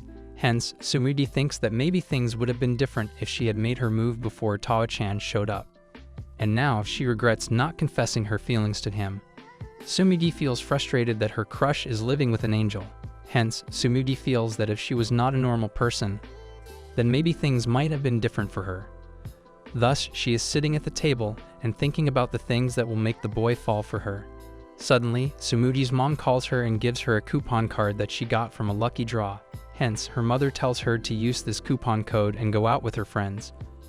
Funnily, Sumuji is looking at the coupon like it is the best thing that happened to her. She starts daydreaming about the date she will have with Tokumistu. She then hugs her mother and tells her thank you for giving her the opportunity to be with her crush. The next morning, Sumuji, Tokumistu, and Sino are going to school together. The boys are talking with each other. Meanwhile, Sumuji is feeling shy since she wants to go with Tokumistu on a date. Hence, she is thinking about the ways to ask the boy to go with her. Funnily, all day she tries to talk with him, but she failed to ask him and now she feels like crying. This girl is a lost cause.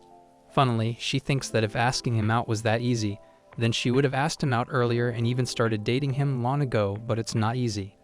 That's why she is still single. After some time, all the classes ended and sadly, Sumuji didn't manage to ask Tokumistu to go with her. Hence, she is sadly looking at the coupon card. At that moment, Seno comes there and takes the card from her. Hence, he reads the card and states that they all should go there to eat donuts. Thus, the boy tells Tokumistu to go with them. Therefore, Tokumistu agrees to go. Funnily, Sumuji becomes stunned at how easily Seno made all this happen. Seno is her knight in shining armor. However, Seno remembers that he has club duty, that's why he can't go. Hence, he tells Tokumistu to enjoy the treat with Sumuji. At this, Sumudi feels happy that Sino is her childhood friend. After some time, she is happy that now she will spend some time alone with Tokimistu. However, the boy has some work in the library. That's why they go there first. There, Tokimistu starts searching the books, and he tells the girl that he feels since angels and Yuki-onna are real, then devils and Kappa might be real too. That's why he wants to know more about the occult. He then tells Sumuji that it is great that they are here together. Funnily, she becomes shy after hearing this. After that, Tokimistu compliments the girl that she is very ballsy and polite. However, Sumuji doesn't feel very happy about his compliments. After that, they read books for some time. Sumidi feels creepy after reading all about devils and shurikodama. She then looks at the boy and sees that he's been sleeping. Hence, she starts looking at him and she feels he is cute. Sumiji recalls all the time she spent with the boy and she confesses that she loves him.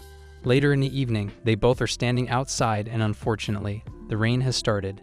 Seems like they are stuck there. Luckily, they have umbrellas. Hence, the boy suggests that they should take donuts and eat them at home. However, Tsumudi feels bad that she will miss her chance to be with him. Thus, she starts running and states that they will eat donuts at the cafe. After some time, they are walking together and suddenly, a young boy falls on the ground.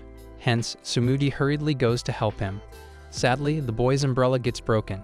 Tsumudi feels bad for the boy, that's why she gives him her umbrella. The girl is too sweet for this cruel world. Tsumuji and Tokimistu are now sharing one umbrella. Hence, the girl is feeling lucky today. After some time, they are sitting at the cafe and they enjoy the donuts there and chat a bit. The next day, Tokimistu is in school and he feels good that he doesn't have work today. Also, Noel-chan doesn't have a shift either, so she is also free. Seems like today is the day Tokimistu and Noel-chan will go home together as they had discussed.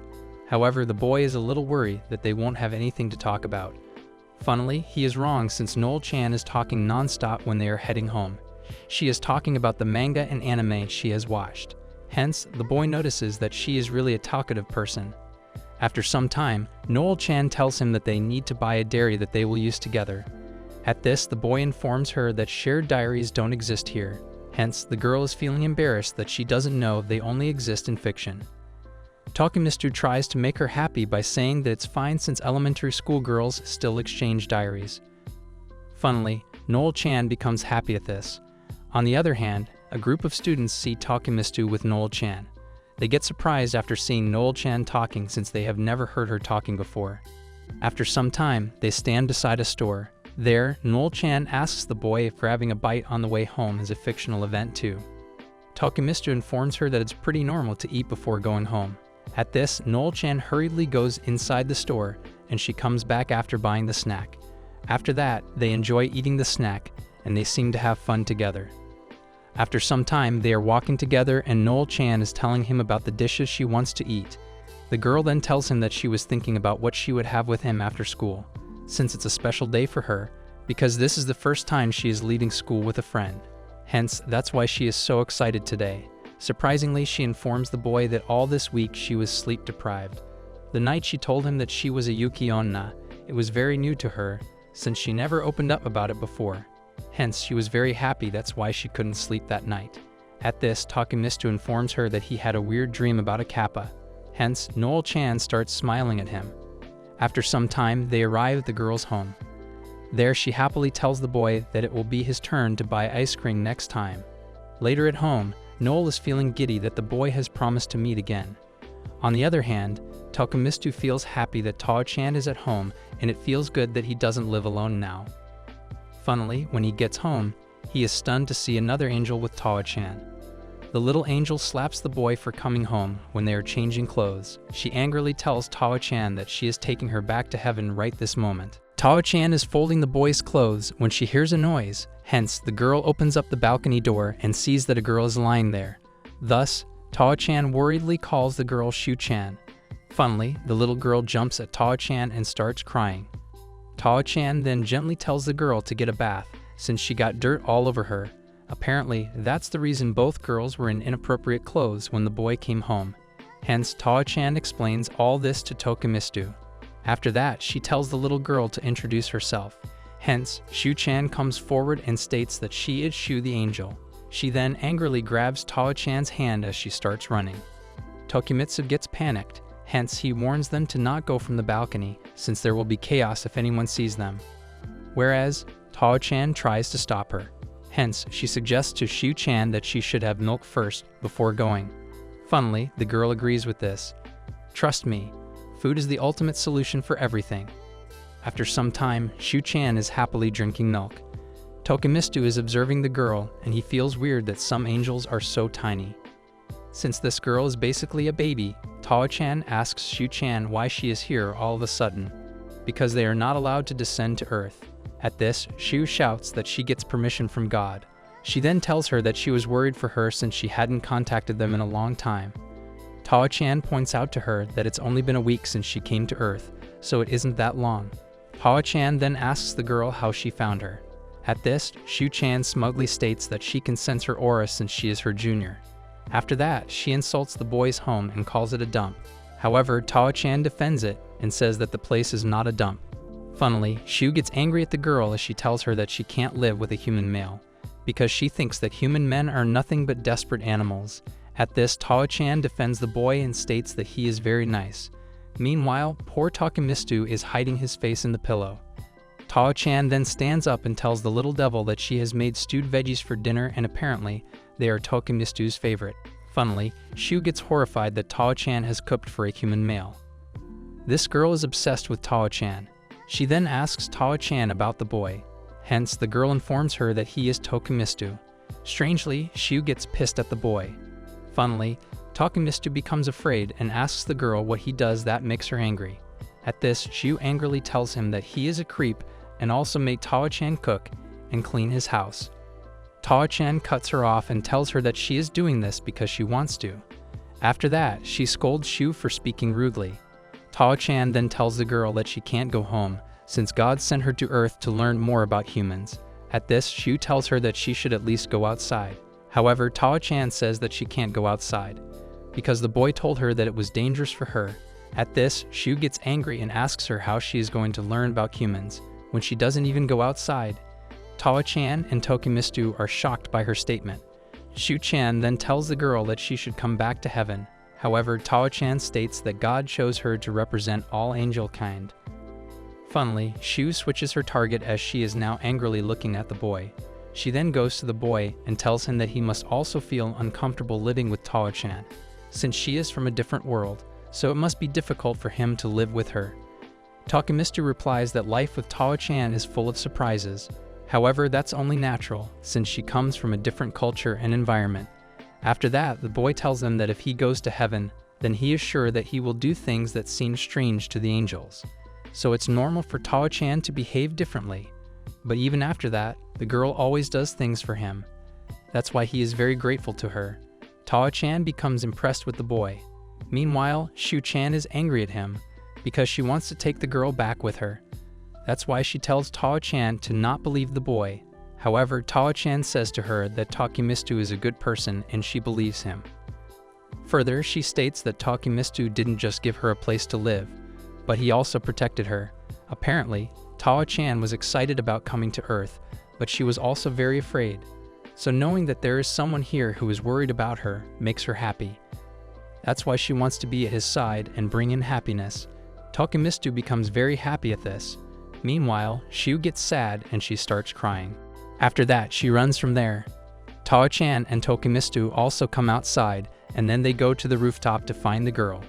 Tao-chan goes to Shu and says sorry to her. After that, they hug each other. Shu starts crying after hugging the girl. Takemistu realizes that Shu-chan also has a cute side.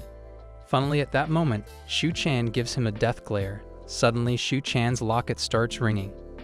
The voice from the locket announces that Shu-chan will be back home in a minute. At this, she starts crying as she doesn't want to go back without Tao-chan. She then tells the girl that she will always pray for her safety. After that, she warns the boy to take care of her friend, otherwise she will kill him. The girl then vanishes from there. After that, Tao-chan tells the boy that Shu-chan's lectures got to her about how she should go outside. Takemistu tells her that he thinks the girl was right. Apparently, the boy stops her from going outside alone because it's dangerous. But nothing will change this way. That's why he suggests to the girl that from now on, after dinner they will go out for walks. And once she is used to it, she can go out during the day when he is in the school. Tao-chan smiles at this and she agrees to his plan. After that, they regularly go outside for walks. There, the boy teaches the girl what she should do and avoid. After a few days, Tokumitsu notices that the girl can go out normally now. Hence, he feels that once she gets familiar with it, maybe she can learn how to take buses and trains too. However, the boy feels concerned that she might get in trouble if she goes alone. But he knows the girl has to understand these things if she wants to learn about the human world. However, he is concerned for her safety. Hence, he decides that she can't use the bus or trains yet. Dude is behaving like her father. Tao-chan is watching a food show. Thus, she tells the boy that the sandwiches are looking good. At this, Tokumitsu offers her that he can take her there to try the sandwiches. At this, Tao-chan becomes happy. The next day, they are in a train station. There, Tokumitsu is teaching the girl how she can use the train. After a while, they arrive at the market. There, Tao-chan holds his wrist and takes him to the store. They then eat the sandwiches. Tokumitsu is looking at the girl, and he feels she is cute. After that, they roamed around the market and did some shopping. They are now standing on the bridge. There, Tao-chan sees a swan boat. Thus, Tokumitsu takes her to the swan boat. The girl becomes excited after sitting in the boat. There, she enjoys looking at the water, and they even greet an old couple. After the boat ride, Tokumitsu is feeling flustered as he wonders if they are having a date. Tao-chan then sees a dango store. Hence, she holds the boy's hand so that they can go. However, Tokumitsu removes her hand and shyly tells the girl that holding hands is something only couples do. Tao-chan becomes flustered at this. At that moment, a lady bumps into Tao-chan. Hence, the girl falls to the ground. Tokumitsu worriedly goes to her side and asks her if she is fine. After that, he becomes angry at the lady for not even apologizing to Tao-chan. Surprisingly, the boy then says sorry to Tao-chan and tells her that every time she gets in danger here on Earth, it's the humans' fault. They are selfish and only care about themselves. He feels that maybe he is like them too. However, Tao-chan gently smiles at him and tells him that if we don't care about ourselves then, we can't care about others. At this, the boy realizes that she is too kind, and he feels happy that he got to meet her. Later at night, this fun girl Tawa had a blast today when seeing many new sights with Shintaro. Not to mention, those delicious treats of fruit sandwiches and dangos were top-notch for this cute marshmallow head. But nothing worries her more than what's going to be on the menu for Shineto's dinner tonight. However, Shintaro, ever the charmer, won't let Tawa's hands cook this late, so the convenience store comes to the rescue. Upon reaching the 4th floor, Tawa is all up for some hot tea, but a strange pink-headed girl blocks their way home. Out of the blue, that girl jumps with a tightly packed hug at Shintaro, with a scream that could even wake a panda bear. Startled by this strange turn of events, Tawa cannot get the gist of what this girl is doing, lurching on Shintaro. Afterward, the pork rib sounds rather heavenly, as if the pink-headed girl, Mary, feels alive again. It is like a double take for the ages, as one is partly horrified to see her, and the other is more impressed by her casual food nabbing skills. Thus, she apologizes for being a total shut-in these days, while not even dropping by to check up on Shintaro. Even now, she is gulping inside with the speed of a leopard, chasing for some meaty bites. While Murray drinks her beverage, Shintaro explains to Tawa that Mary is his aunt, who writes manga for a living. All of a sudden, Mary outstretches her hands, scaring the living crap out of him. As she lets the world know about her crazy-tard personality, she talks about not catching any sleep for the past 72 hours. Suddenly, Tawa breaks Mari's munch on their stolen food by giving away a sheltered rich girl vibe who looks like she doesn't understand what manga is. However, Shintaro helps this little girl spirit to run to the light by showing some mangas. Not gonna lie, this nerdy guy not owning any of his aunt's mangas is a shock to his wits. This outrageous stunt scares the daylights out of Mari, as she considers Shintaro to be the first-line buyer of her works. Not to mention, Shintaro knocks her out of the field by telling her how she ate their dinner just yet. But Murray blames her all-nighters without food and drink has ruined her beyond any help. And for this reason, she cannot even think straight. Suddenly, this adorable crybaby rants about being on the waitlist to hug Shintaro. Despite his frustration with her missed meals, he couldn't ignore the toll it had taken. However, he notices how starvation stripped her down to the basic instincts of survival instincts. Just like a ketchup bottle sputtering as its last desperate drops. Later on, upon asking about contacting him, Mary mutters about forgetting her phone at home due to the crazy GPS tracking installed by her editor. This lad, about to explode, suddenly is defeated by his stomach's thunderous growl, while Taw offers to cook up something. Hence, Shintaro apologizes for not letting her rest even today. Out of the blue, Mari whips out some birthday cake like a superhero ready to wash away the hunger. Tears well up in her eyes like a dam to burst, and she continues to rant about her lonely life with no one to wish for her. Afterwards, with Tawa, Shintaro wishes Mari a happy 28th birthday. Later on, bawling her out, Shintaro's chaotic aunt switches up the crazy, just getting redder by the second. Thus, Tawa introduces herself as the girl living in the dream home with the mercy of Shintaro as he silently blows on his stew. Seeing this, Mari thinks that Shintaro finally woke up from this centuries-old slumber. However, Shintaro is bawling his eyes out when Mari eyes him, asking if he is hiding his girlfriend this much. Later on, Mari calls out to her good old days when she used to handfish Shintaro when her brother and his wife worked every weekend. Suddenly, Mari's question about his name as Shintaro-sama sends shocking jolts right up his brain. Fighting off this embarrassment, he ends up making one stupid lie after another. Afterward, watching her do chores, Mari mentions how nice of an angel she is. Hence, she wishes that Tawa would join their family. But Mari stumbles on 2 toothbrushes, which scares the bejesus out of him. After the brain fog clears up and her motor starts running, this is where Mari's thoughts come alive. She couldn't believe Shintaro, a passive type, was hosting a girl over his place. Out of the blue, it clicks as she bursts outside, exclaiming not to be stuck with the drugs and orgies. After this chaotic misunderstanding, Mari thanks for this loving tea while she asks Shintaro to walk Tawa home as it's getting late. Thus, off to some convenience store stroll, Shintaro cooks up an idea of letting Tawa slide back at the window. About to head back, Tawa strikes a spot for divergence, but Mari catches up to her to talk about how Shintaro is a nice catch. Later on, back at Shintaro's place, Tawa watches them mumbling about some sleepover prep. Hence, Mari's night stay looks to be a party pooper in Shintaro's plans. Moreover, he worries about Tawa enduring a terrible balcony sleep. The best he is doing is trying to find excuses to push out Mari, who apparently refuses to leave because the editor would make her work. Desperately searching for a way to get rid of Mari, who by the way stubbornly insists on staying. Thus, leaving is a no-option zone due to some editor issues with the birthday. Upon knowing about Squeamix, Shintaro bursts like confetti knowing his favorite author, Kida-san, works for his aunt. However, he is creeping the daylights out of poor Mari-chan, while Tawa, with tinted cheeks, looks to be enjoying this family giver. Even then, Mari sulks in the corner like melted cheese while Shintaro tries to lighten the room by telling how good of a manga she wore. Calling herself a deadweight author, Mari-chan has decided to stick herself to the floor. Suddenly, he spots Tawa having a sneak peek as she assures Shintaro of being alright at the balcony. Later on, this weirdo, Mari, begs Shintaro not to open the door at this late hour. Too late, this dumbhead Shintaro opens the door, and this is where the demon with red bulging eyes joins the scene. With that, this girl, Kida-san, is scaring the daylights out of both with this sudden appearance of Shintaro. Thus, Kida-san rumbles onto Mari's side with her boiling wrath. She rampages about knowing every inch of her brain, trying to get away like a sneaky brat. Not to mention, this horrifying sight is rather unbelievable for someone like Shintaro, whose voice is trembling like a scared feral.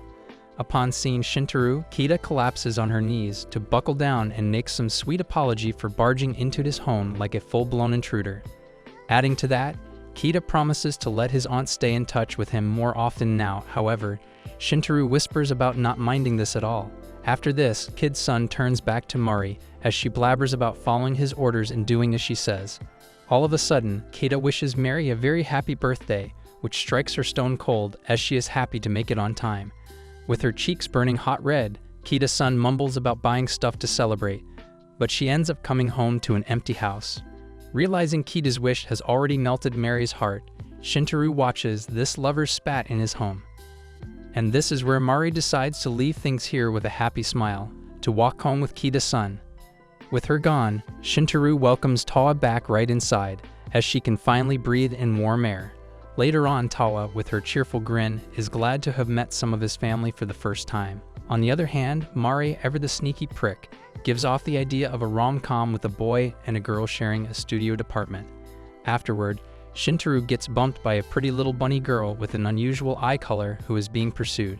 Catching their breath, this girl tries sniffing Shintaro like he is some delicious treat. Thus, she thanks him, while mentioning she knows nothing about the pursuers. With a sudden bolt, she doubts if they are descendants of her arch-nemesis, Professor Helsing. Out of the blue, this lad never thought of bumping into some third-world anomaly, as this girl claims to be the noblest of bloodlines from Transylvania, the ultimate being called Vampire Lilishka. We pick up right where MC caught the girl running away. He followed her to this alleyway, and here she stopped and is right now introducing herself. She is dressed a little funny and is trying to be someone she is not. The dramatic introduction tells you what kind of girl she is, and there is nothing else to it really. Oh yeah, the main character syndrome, I know.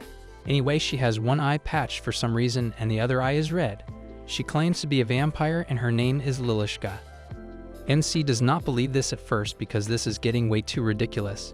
He cannot believe that he is already living with an angel. Aoki Onna is his friend, and now this. MC is some kind of a demi-human magnet and he curses himself for it. But as he was slandering himself for it, Lilishka's eye contact fell off and it was not her real eye. She has normal eyes and not the red ones. She removes her patch to show her second red eye and that contact falls off as well. MC is now a little relieved but angry that she was claiming to be someone she is not. She says to herself that she bought these contacts for 1,500 yen each, which confirms MC that these are in fact contacts. With this out of the way, MC wants to head back and asks if she would want him to drop her off somewhere safe or to the cops. She tells him that she is already headed somewhere and he can maybe drop her off there. MC goes along with her and they reach a cafe where Lilishka works supposedly. She offers to pay back MC for helping her out, but MC refuses as he has to reach home before it is too late. MC does not want to get involved with this girl for any reason, so he makes an excuse and leaves. After he leaves, Lilishka cannot stop thinking about MC because of his scent. She would love to smell him again for once. She is getting creepier by the second. MC gets home and eats dinner with Ta, where he lets her know about the psycho case he came across today. He lets Ta know about Lilishka and how she was pretending to be a vampire when she is not one. Ta is pretty intrigued hearing about an entity like this and shares that she has never met a vampire before. MC lets her know that Lilishka is not a real vampire but some girl with main character syndrome. Upon asking what a main character syndrome is, MC explains that these are people who think the world revolves around them and everything is helping them with their story. Ta is again impressed by this and feels like these are fun people when MC clears her out that these are just nutcases, nothing else. Anyways, they go to sleep after the dinner. As they are sleeping, we see someone land on the balcony and get in the room. MC is in deep sleep when he feels something on his neck. He opens his eyes only to find Lilishka licking his neck like crazy and trying to nibble on him. He gets him screaming, which wakes up Ta as well. Ta is pretty calm, saying that they have a guest when MC tells her that this is not a guest but the nutcase he was telling her about during the dinner. MC is shocked to the core that Lilishka is just literally licking his neck. She lets him know that she could not stop herself because of his scent. MC tries getting her out when he wonders how the hell she got to the balcony all the way. Turns out that Lilishka really is a vampire with wings and fangs. MC is losing his mind, thinking that he is really a demi-human magnet all along. She explains that the contacts said that she was trying to be a European vampire when she was a Japanese one without red eyes. Cliché. Anyways, she forces MC to let her nibble on his neck when MC tries his best to keep her as far as from himself as possible. The night goes on like this and MC cannot sway her off. MC and Tawa get in a blanket together while Lilishka does her nibbling on MC. Waking up the next day, Tawa is devastated seeing that Lilishka is gone. She is sad because she feels like the sun burned her into ashes as she is a vampire. MC calms her down and goes to school thinking if she really turned to ashes. Sumidi finds him walking to the class, asking why he looks so tired. She figures it is because of the final exams and maybe he was up all night studying. That is not the case, and now getting reminded about the finals makes MC more upset as he completely forgot about the finals coming in a week. MC cannot stop thinking about how happy he was in his life. He was thinking about everything in his life, even where he wanted to take Ta next. For now, MC just wants to head to the class and attend the lecture, not think about the finals. He goes to the class with Sumuji and takes the lecture. At the lunch break, MC is about to head to the school store as he did not bring his own lunch today when his class fellow asks him if he can bring him some pudding from the store. MC takes the money from him and goes straight to the store. He got his lunch and the pudding for his friend. As he is headed back, he is really hungry and wants to eat his lunch. He sits outside on the bench and starts eating his rice cake when some rice beans are left stuck to his cheek. Lilishka comes out of nowhere and eats them off his cheek, shocking him. He cannot believe that she is still alive. He asks her what the hell she is doing in this school when MC gets to know that she studies here and is in fact in class 2 of the same batch as MC. Upon asking why she left without saying anything, she tells MC that she left because he and Tala were sleeping and also because she had to go back home to put on the uniform and come to school. Well, she had a valid reason to be honest. She adds that she was hoping to pop by MC's place tonight again to sniff him because she cannot stop thinking about his scent. She tracked him here as well as she cannot forget any scent she smells. This is getting really creepy for MC when he suddenly remembers the pudding. He leaves saying that he is glad that she is well. He goes back to the class, hands the pudding to his class fellow, and asks Tsumugi if she knows a girl by the name of Lilishka. She has no idea who that is, but upon explaining her appearance, she remembers seeing a girl in the next class. 2 girls come to him upon hearing about Lilishka and let him know that her real name is Kagami Sayuri, and they remember her introducing herself as a vampire. MC is impressed that she was pretty straightforward about herself during her introduction. Like, who is going to believe that you are a vampire? Out of nowhere, we see Lilishka peeping in through the door of the class, looking at MC. MC turns his face away, pretending her do not know her. She gets the signal and backs off. At the end of the day, MC is about to head back home when a bat shows up with a note saying that MC needs to follow this familiar and come to Lilishka at once. The bat takes him to an occult research lab, where Lilishka brings MC in and tells him that from now on he is her servant, and he has to do whatever she tells him to do. MC refuses, and upon making various offers, MC still sticks to his decision. Lilishka wants to know what is his price when MC tells her that he does not know her and has no idea what she wants from him. She explains that she cannot stop thinking about his scent and wants to really sniff him all the time. She sent her familiar because MC made her think that maybe he does not want to be seen with her, and he does not want others to know that these two are acquainted somehow.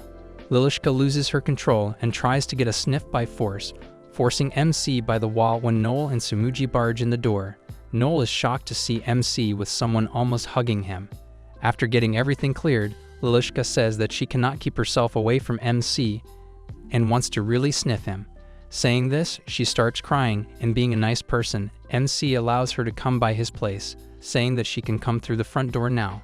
Noel also wants to join, and so does Tsumugi, but she cannot get it out of her mouth. Just about another day when the sunlight is doing her summer duty, Tala, with her glowing halo, practically sings one of those laundry songs while folding clothes on the bed. Later at the Occult Research Club, just after the exam season hits its end, Shintaro, Tsumugi, and Noel are looking like a couple of zombies. Back at their first occult club meeting a week ago, Noel, this cute chick, was dying to have one of those study sessions with Shintaro. Anywhere works perfectly for Lady Noel to survive this exam week, while Tsumugi wants to join this rescue mission as well. But our one-woman dude lets these chicks know that without Ta-chan's approval, this thing isn't happening. So there comes the bunny girl to the rescue, Captain Obvious asking these morons to study at the club. Though this club really hit it off, these cuties even got to meet this adorable bat, Mofu Mofu, in the process. Out of the blue, the creepy bunny girl creeps out of the coffin to make a statement about Tsumugi carrying the most load this week. And there they owed Tsumugi-senpai a big one this time. While in between, the brunette beauty catches Shintaro calling her first name for the first time, which makes her cheeks rosy red. Brushing that aside, this girl sheds light on the fact that they have been hanging here a lot lately. So the blonde chick, ever the lifesaver, throws an idea out there to celebrate their brain break after this hectic exam week. While the trio bounces off with excitement, Kagami puts her foot down right this instant. Out of the blue, the bunny girl breaks out about using Kagami as her fake undercover name when she is actually Lilishka. But with her lofty explanation about her connection with vampiric names, Shintaro catches on quickly as he stumbles on the fact that Lilishka is indeed her fake name. Lady Lilishka can't help striking one of her hardcore poses to get her statement through their cracked brains. But the blonde chick looks rather into Bunny Girl's Dracula stories, and that's where this bunch packs up their stuff to hunt down a cafe later for their after-exam party. Suddenly, this moron confirms if this club is listed as an official club with at least 3 members. That's when Lilishka helps this dimwit count the members, including her as the number 1, with that dead-ass skeleton as their president. This is enough to send chills down this trio. Freaking the heck out of them, Lilishka admits getting this zero-figure bony chick out in the dump. Coming down to the third number, Shintaro pulls the door, just when this blue-haired chick is about to come in. Thus, this crybaby hits her head right at Shintaro's bottom and falls, almost showing off her undies. A few moments later, the bunny girl introduces this chick as Tsurumi Hizui from classes 1 to 2, a part of their club. While that moron thinks he freaked that girl out, the cuties here can't help but notice this shorty duo. Moving on, Lilisha makes Hizui's rage for unsightly humans pretty damn clear. Although in her version, the new girl whines about being a little shy with crippling social anxiety. Upon asking with a lot of thought, Lilishka plans on going with this trio, alongside Hizui, to run her private errands with Tsumugi and Noel. Later on their stroll, she mentions that this club only had third-year members who graduated, leaving this club to rot until she and Hizui joined. And she comes down to the real stuff, claiming this club will run its course if nobody jumps in soon. Just then, striking her hardcore pose, she deems this bunch worthy of an honor to join this outstanding opportunity. Trying to bribe these dimwits with all-time AC and cola drinks, Shintaro looks to be having a hard time declining this tempting offer. Besides him, the brunette beauty and the blondie have made up their minds to join only if this ugly loser jumps on the bandwagon.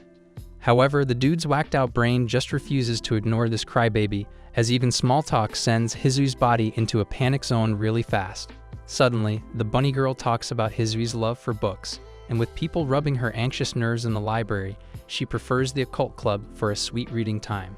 Later on, they decide to ditch Mrs. D's dining plan, for this sudden festival knocks their socks out, with Hizui getting her jaw dropped real quick. While Shintaro can't help but notice how this shorty practically loathes his existence, they all stroll to this food festival focused on food vendors and cuisine. Though Tsumugi loves the idea of a festival when it's all bright out, Noel, ever the cheerful spirit, looks to be having a really good time hanging around her friends at this festival. Not to mention, even the crybaby is riding this festival fever, with Tsumugi by her side, mumbling about summer festivals and banging on the real spirit. All of a sudden, Lilishka, all loaded from head to toe with the festival's essence, couldn't wait a second to be swagged out like that. Moving on, she asks this deadbeat loser if he's got something going on that's bothering him lately. So basically, this creepy bunny demands to tag along with Shintaro's deadly anxious vibe that she just wants to nibble on. Letting that shady stuff slide, Shintaro whispers about Tsurumi's weird behavior as she looks to be freaked out by his presence. So he asks if his puny ass scared the chick right off the start. Little did he know, Tsumugi caught on to that jibber-jabber, but soon as the lad rolls down his sorry ass, she scoops out in a hurry. Just then, Lilishka, ever the voice of reason, explains that the wimpy kid might be off about her panty display right when she got knocked down. While those two reject this lofty theory quickly, Tsumugi can't help but remember that the panty show did happen.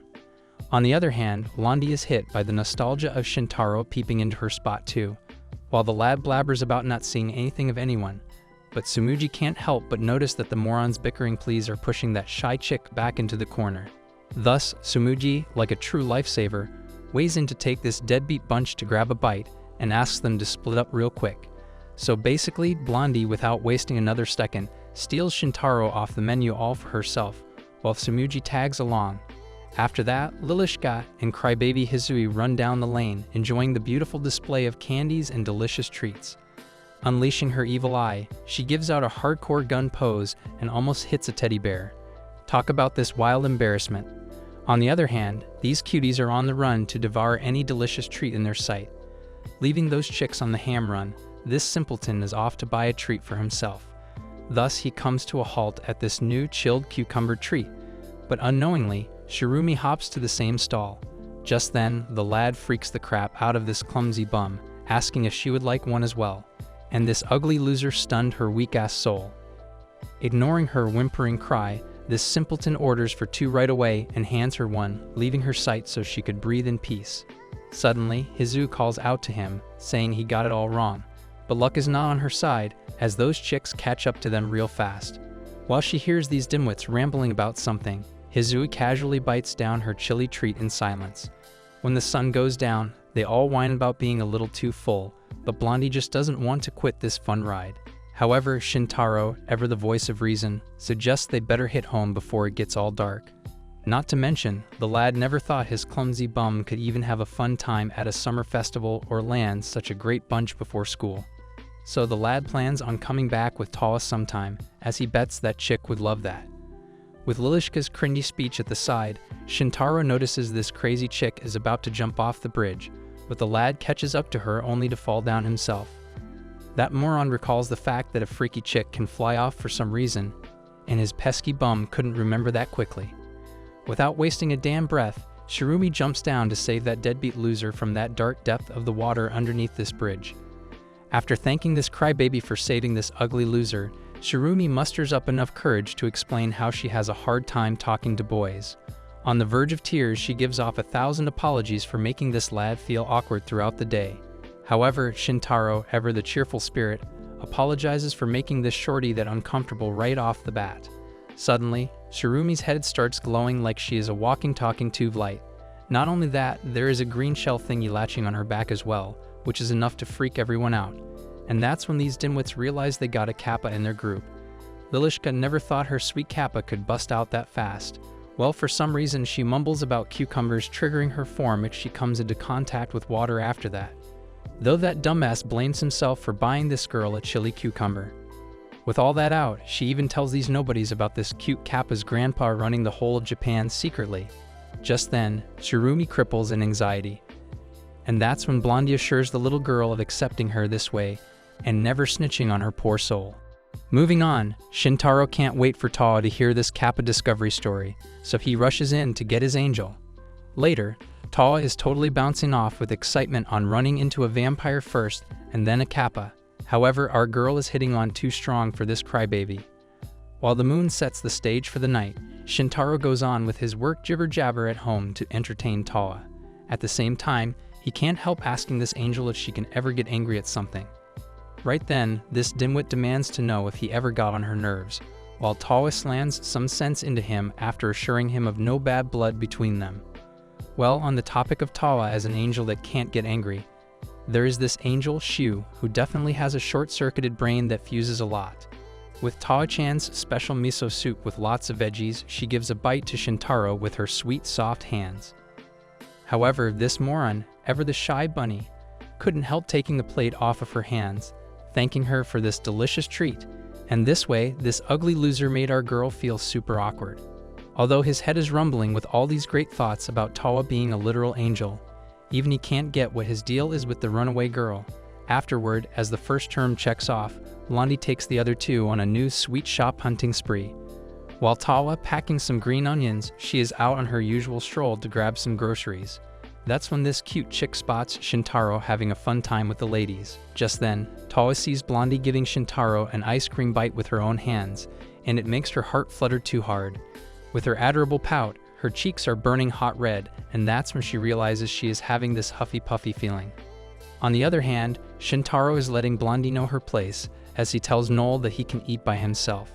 Later, coming home with some sweet treats, Shintaro calls out to Tawa so he can share some nice pastries with her. Just then, he spots his angel sitting in the corner, as she shoves this offer up his clumsy bum. Upon asking, her grumpy face says a lot more, even if this girl denies packing any anger for this dimwit.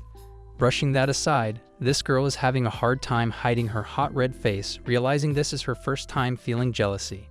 With a loud sigh, she asks the lad to eat some of the cake, and then they enjoy the sweet bites together. Moreover, this moron finally asks this literal angel out on his summer break, and that's when sunshine and rainbows erupted on her face, flushing her cheeks red, while she admitted to having a blast living with him.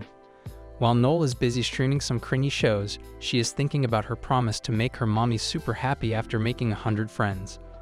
Recalling her awkward, ditzy encounters with unsightly humans in the past, this clumsy girl remembers never hitting school the next day onwards.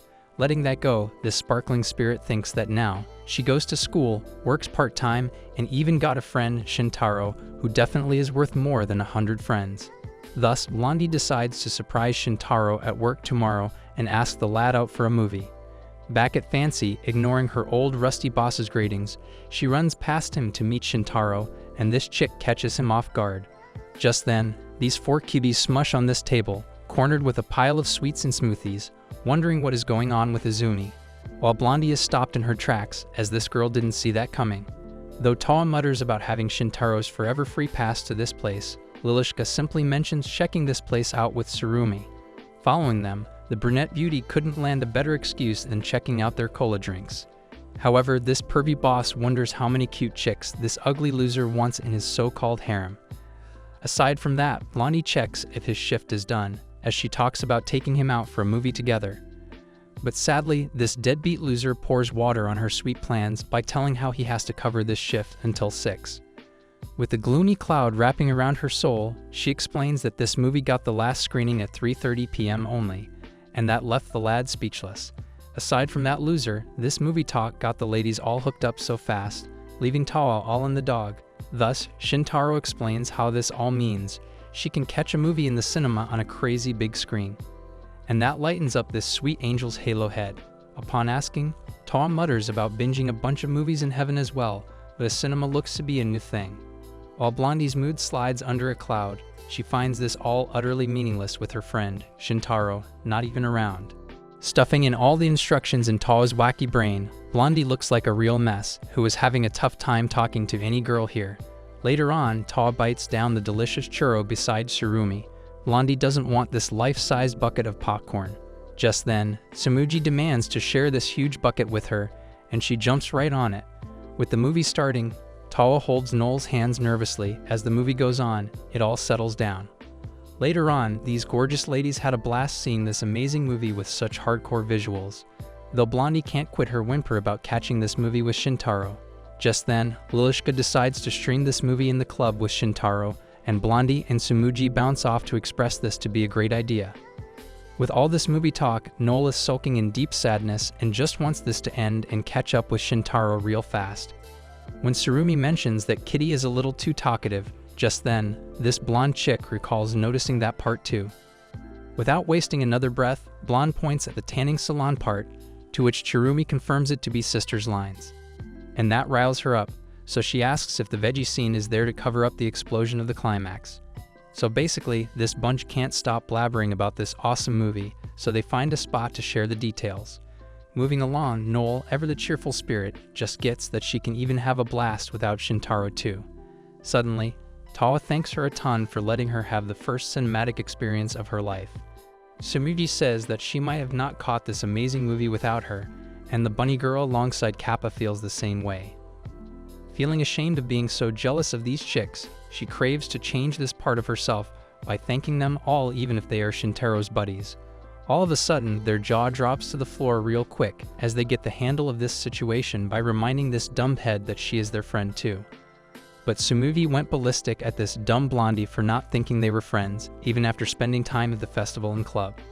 Realizing these chicks have been her friend for quite a long time, Noel runs off as if she is swirling in the clouds of happiness.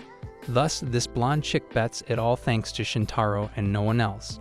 Just then, Shintaro catches her crying, and this is where she finally confesses how she doesn't see the lad as a friend, but more like a bestie.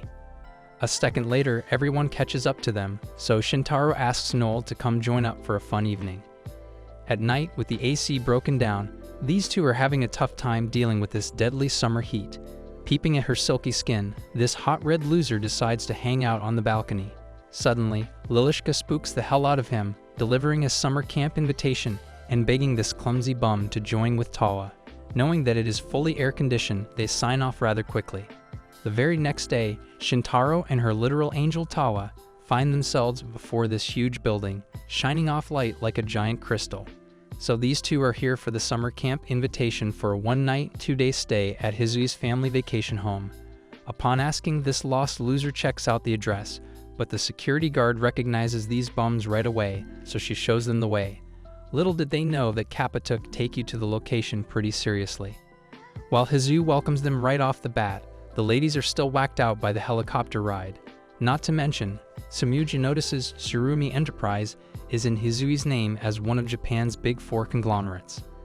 Not only that, even Blondie knows that Tsurumi Group takes all the heavy credits off the TV, though Hizui denies being amazing just because her granddaddy secretly runs a country. Later, after a warm welcome from a couple of elite maids, Fujako and Aoi, serving the Tsurumi clan, Shintaro finds these women not slowing down with this info dump. Not to mention, Hizui got one huge place, although they claim it to be a much smaller one in the country. Moreover, they look like they are riding the seventh heaven while checking out Hizui's vacation home. Further on, these elite maids blabber about how this so-called Monet's Pond was built in the Edo period by Tsurumi, their eyes sparkling with wonder at this rich history. She even states the Tsurumis are the water gods. Adding on, Aoi, the maid, talks about a sad legend related to this very pond, of two lovers exchanging their shirikodama out of love. Listening to this shit show, Shintaro and Tsumugi find that this is not their cup of tea. So basically, more stereotypical shit falls on. Kajuko adds, if two lovers confess before this pond will stay together for eternity.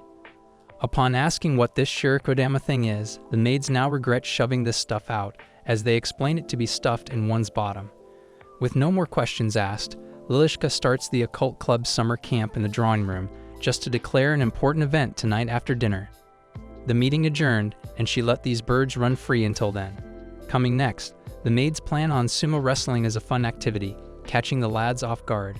And that's when Tsurumi, ever the crybaby, apologizes about her family's crazy obsession with sumo wrestling since ancient times. Thus, Kujako states the love for sumo and cucumbers is deeply rooted in their genes. Aside from that, she asks them to definitely check the ocean out for swimming, or the beach side to make their stay worth more. After lavishing them with classy swimwear, bumping into Shintaro sends Tsumugi off on an exciting rocket. Thus, this deadbeat loser demands the elite maids to snag a swimsuit for the man here. That catches these cute maids by surprise, with their jaws hitting the floor real fast to see a man accompanying this trip. Setting the alarms, all the ladies come in to check what kind of being Shintaro is, as if this bunch has never seen a man before. Later on, Kajuko, owing up to their mistake, apologizes right away for not being able to fetch a manly swimsuit for Shintaro. Though the lad lets them off easy, as he talks about borrowing those shorts for now. By looking at Hizui's crippling social anxiety for boys, Kajuko believes she never thought this day would ever come. Not only that, Aoi mentions Hizui ruling as the #1 kappa of Japan someday, so this chick gotta stay pure to share her shirikodama on time. While this dumbass is not getting any shirikodama shit, Aoi goes on about Hizui's life revolving around dumb chicks until he comes along. Just then, Tawa calls out to Shintaro, as his brain short-circuits on spotting Tawa in such a mind-blowing swimsuit, giving justice to her curves. Following that, Noel, ever the cheerful spirit, looks to be such a hotshot blondie on this beachside view. The next is the brunette beauty, Tsumugi, who probably has butterflies fluttering in her stomach for rocking this cute yellow outfit. On the other hand, Tsurumi, in her casual blue beachside frock like an elegant cutie, is ready to have a good time. While the elite maids welcome these gorgeous chicks, Shintaro, with his heart throbbing Dan hard, doesn't know where to look. Though Tsumugi is rambling red in thoughts on cursing herself for eating out sweet a bit too much, to gain such heavy curves to flaunt at this beachside fun. However, she worries about losing what little melon she is packing inside if she runs on the crash diet. Aside from that, Blondie is ready to have a volleyball game with Shintaro and the rest. Well, the lad passes on the offer real quick, as this ugly loser wants to dive right into this Barbie preparation before everyone gets all hungry and annoyed. Catching up to his red cheeks real quick, finally, Lilishka makes an appearance in her black scuba diver's uniform. Thus, she claims this sunny sight is a bit much for her vampire skin even with sunblock. Hence, she shows off by wearing a Tsurumi special swimwear Maddie by their sporting goods. Without wasting another breath, Noel pulls Shintaro's hands, squishing the valuable balls up his sleeves, and she pulls the lad for some water fight in the ocean. Later on, everyone had a good run with some barbecue fun, and all move on to some relaxing beachside time, while Tawa talks about wondering how she never knew oceans could sparkle like this. Not to mention all these new things with these people together, she mumbles about this being a whole different thing. Afterward, these guys relax together under the setting sun, thanking Lilishka and Hizui for planning this ball. Just then, these chicks set out for some hot spring fun, while Kajuko apologizes for Shintaro to slack off as well, as everything here is for women only. After the bath, Lilishka, spooking the crap out of him, comes to show her the short swimsuit she had on all along, and then runs off. This bat chick leaves this dimwit behind with a million questions. At Hizui's spring, this shorty had her first bath, while Blondie looks hot red close to death, though Tsumugi can't help admiring Tawa's huge melons floating off the surface, while Noel's gumballs are enough to make her eyes shut in embarrassment. Thus, Tsumugi makes Blondie think she want to have her first grab, while Lilishka tells the legend of feeling someone's stuffed melons when bathing together. That sets off Blonde's depressive episodes, leading to snowy crises while Shintaro waits for the ladies to catch up. Later, the sumo maids catch up to Shintaro, forgetting the lad's manliness tonight for Hizui's happiness. But that Morin had to swear off, not thinking of any hanky-panky scenes. Moving on with dinner, card play, and some pajama night chit-chat, they all swoop into their beds for a good night's sleep. Shintaro, trying to sleep alone, remembers he has the bath all for himself after dinner. Just then, he barges right inside to see this cute kappa having a steamy bath. With a blood-curdling scream, Shintaro runs off like a headless chicken, but Hizui asks him to stay on the other side. Suddenly, she musters up the courage to thank Shintaro for joining this camp and letting everyone get aboard on this trip. Not only that, she praises how lively and sunny everything gets around him, making everyone feel at home. Though the lad learns Hizui got a special place for Lilishka, she explains how an oracle she saved made her join the school to be around guys. Hence, that grumpy old lady talked about some new world awakening right after that. As a kappa taking water-stuffed Dan seriously, she chose the place she had most trouble fitting in. But Hizui describes having these chicks and this ugly loser. Now the school's harsh times pay off, while Shintaro bets. Later at night, Shintaro whines about the elite maid's intense sparring routine right after they catch the lad with Surumi in the hot spring. This upbeat loser, slipping into the sheets, wishes Tawa a very good night, like his usual nightly habit. Just then, Lilishka, dressed like a centuries-old witch, barges in and scares the crap out of this sleepyhead. She rumbles about missing the most important task, which is the devil summoning. All gathered near the fireplace, before this grumpy bad girl who woke up everyone for her nightly ceremony for the devil's awakening. At the same time, the rest have no trouble attending. But Tawa, the literal angel, has 3 for eyes. Thus, Lilishka declares this ritual to be the whole point of the occult club's camp. But Shintaro, ever the voice of reason, is tired of reminding this lady that they aren't members. Noel asks if she even got the formula to whip out the devil. That's where Lilishka shows the grimoire for beginners, keeping the secrets listed inside. With the first failure beside Hizui, the Bachelor hopes to be successful this time with her friend's full support. While Shintaro sighs with relief, thinking this shady business will be nothing but a dead end. Blondie and the brunette chick are definitely on board, so it is settled as Lilishka throws an idea of trying this Elohim Etz Chaim spell. Even the other chicks agree that this famous charm holds a much higher success rate, so the Bachelor commands everyone to chant this spell 3 times with all they have. Though this shoddy Dracula bets there is no chance what is about to hop out of the blazing fire because this trick is basically to call the spiritual beings. Other than that, she bets whoever comes out has the desire to come here on the call. While Shintaro, the ugly loser, thinks this is a practical shitshow in the middle of the night, Blondie bets this must involve a sacrifice of some kind. So our brainy Blondie just nailed the witch test. Lilishka mentions something about sacrificing a dark hen who never laid an egg, but Tawa protests it as a horrible, merciless act, and even Lilishka agrees on that, so she mutters about using this charred chicken-shaped cookie instead. Hence, calling upon the sacrifice, she splits the cookie into the flames and asks the bunch to move on east and start chanting the spell. As loud as they can synchronize, they call, Elohim, Etz Chaim, heed my call. Just then, the wind starts rustling against the leaves, freaking the crap out of these losers, who bet something might happen now. Out of the blue, a windstorm hits the ground right where they are all standing just after the chant is completed. A few moments later, there is a little angel, Shiu, calling for Tawa, who vanishes into thin air within a second. On the other hand, the ladies are shocked to their cores, seeing that the spell actually worked for a second. Lilishka bets having an angel in the midst pushed back the angel summoning right in a second. Though this nightly ceremony is getting everyone a little too hyped, even Sumuji and Shintaro bet this pretty much looks like Halloween already. While the bunch argues over the next summoning, back in heaven, Shiu, ever the most adorable angel, has no idea what just happened. With all their spirits hyped up, Noel throws an idea of lighting up the fireworks together. After explaining this sparkly, crackly phenomenon to this cute angel, they all run down the field to show a practical example. While everyone is busy blazing the fireworks and finding the best pew-pew, Shintaro helps Tawa light the upside down. But this little angel is more concerned about this stick going kaboom. Shintaro, ever the lifesaver, snatches the sparkler from Tawa's hand and lights it up. With that aside, her eyes, wide as saucers, are amazed by this as this moron passes it to Tawa. Not gonna lie, our boy got all the reas to light up this angel's face.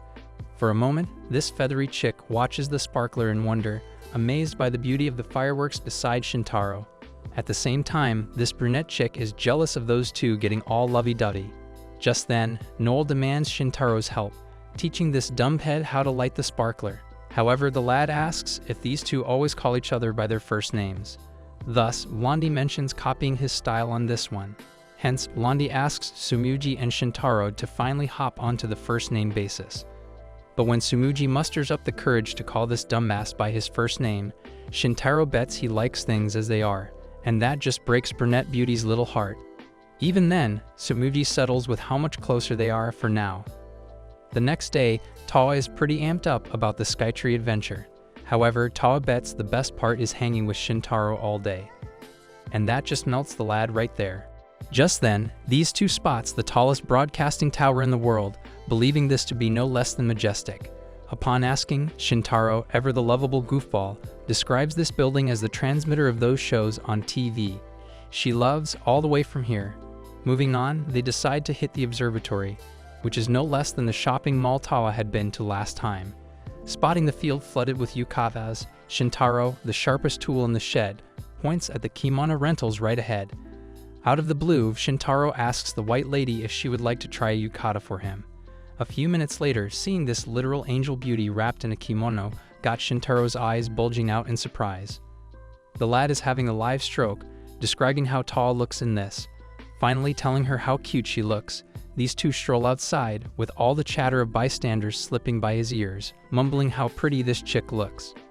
While these two plan to go all the way up, the computer blows up their plans in less than a second, calling for some changing exhibits. Just then, this cute chick swaps the money with reddish currency, but this ugly loser slams some sense into her, telling her there is a reason he sweats at work. Moving ahead on the observatory deck, Tawa is pretty knocked out by this amazing display of the city from right up here, while Shintaro wonders about her strong eyesight when she spots a guy reading a novel right down the street from here. Not to mention, this height is enough to scare anyone, so Shintaro mentions how the lad might drop dead if he falls from this high. But he assures this chick that if anything happens, she will definitely catch his ass on time. Putting the miniature tower back, these two share drinks together, watching the people enjoying their summer break with family. Upon asking, this clumsy bum mutters about his parents living overseas. With that said, even Tawa would love seeing her pals in heaven, but she doesn't feel like a lonely angel. Just then, these two admit to not feeling like loners after fate put them together. Upon asking her out for lunch, he makes sure she isn't all hurt in those sandals, but this girl sure loves to float. Later, these two hit the town, shot some photos, spent time at a lake, and mingled at some festival nearby at Asakusa. At sunset for a moment, Tawa lost sight of Shintaro, but this dumbass caught up to her just in time, being all breathless and steamy. Right then, these two clench each other's tops just so they don't get separated. Even then, Shintaro, packing some hot red cheeks, thinks they could have held hands, with the lad having a tough time getting how this gets beyond awkward when they step outside together. The night settles in, and these two confess to having a blast this day. Suddenly, Tawa, the literal angel, apologizes for not feeling like heading home just yet. But this ugly loser assures her of visiting a shitton of places before the summer break ends. Just then, Shintaro, the prime Chad, gifts her a souvenir to settle her mood swings right away. Without further ado, this chick makes her run ahead, asking the lad to follow her. Out of people's sight, Tawa asks him to close his eyes, with him thinking it's time for a smooch. Little did he know that it is time to kiss the land goodbye, as Tawa flew this dumbass all the way up. Calming this scaredy cat, Tawa talks about repaying him for this snow globe and everything he did today. And that's where she shares how her worrisome ass was excited about this earthly adventure. But with all this ugly loser's help, she got to know so many people and roamed around such beautiful places she might never forget. Thus, on her learning journey, she hopes to continue this adventure with Shintaro.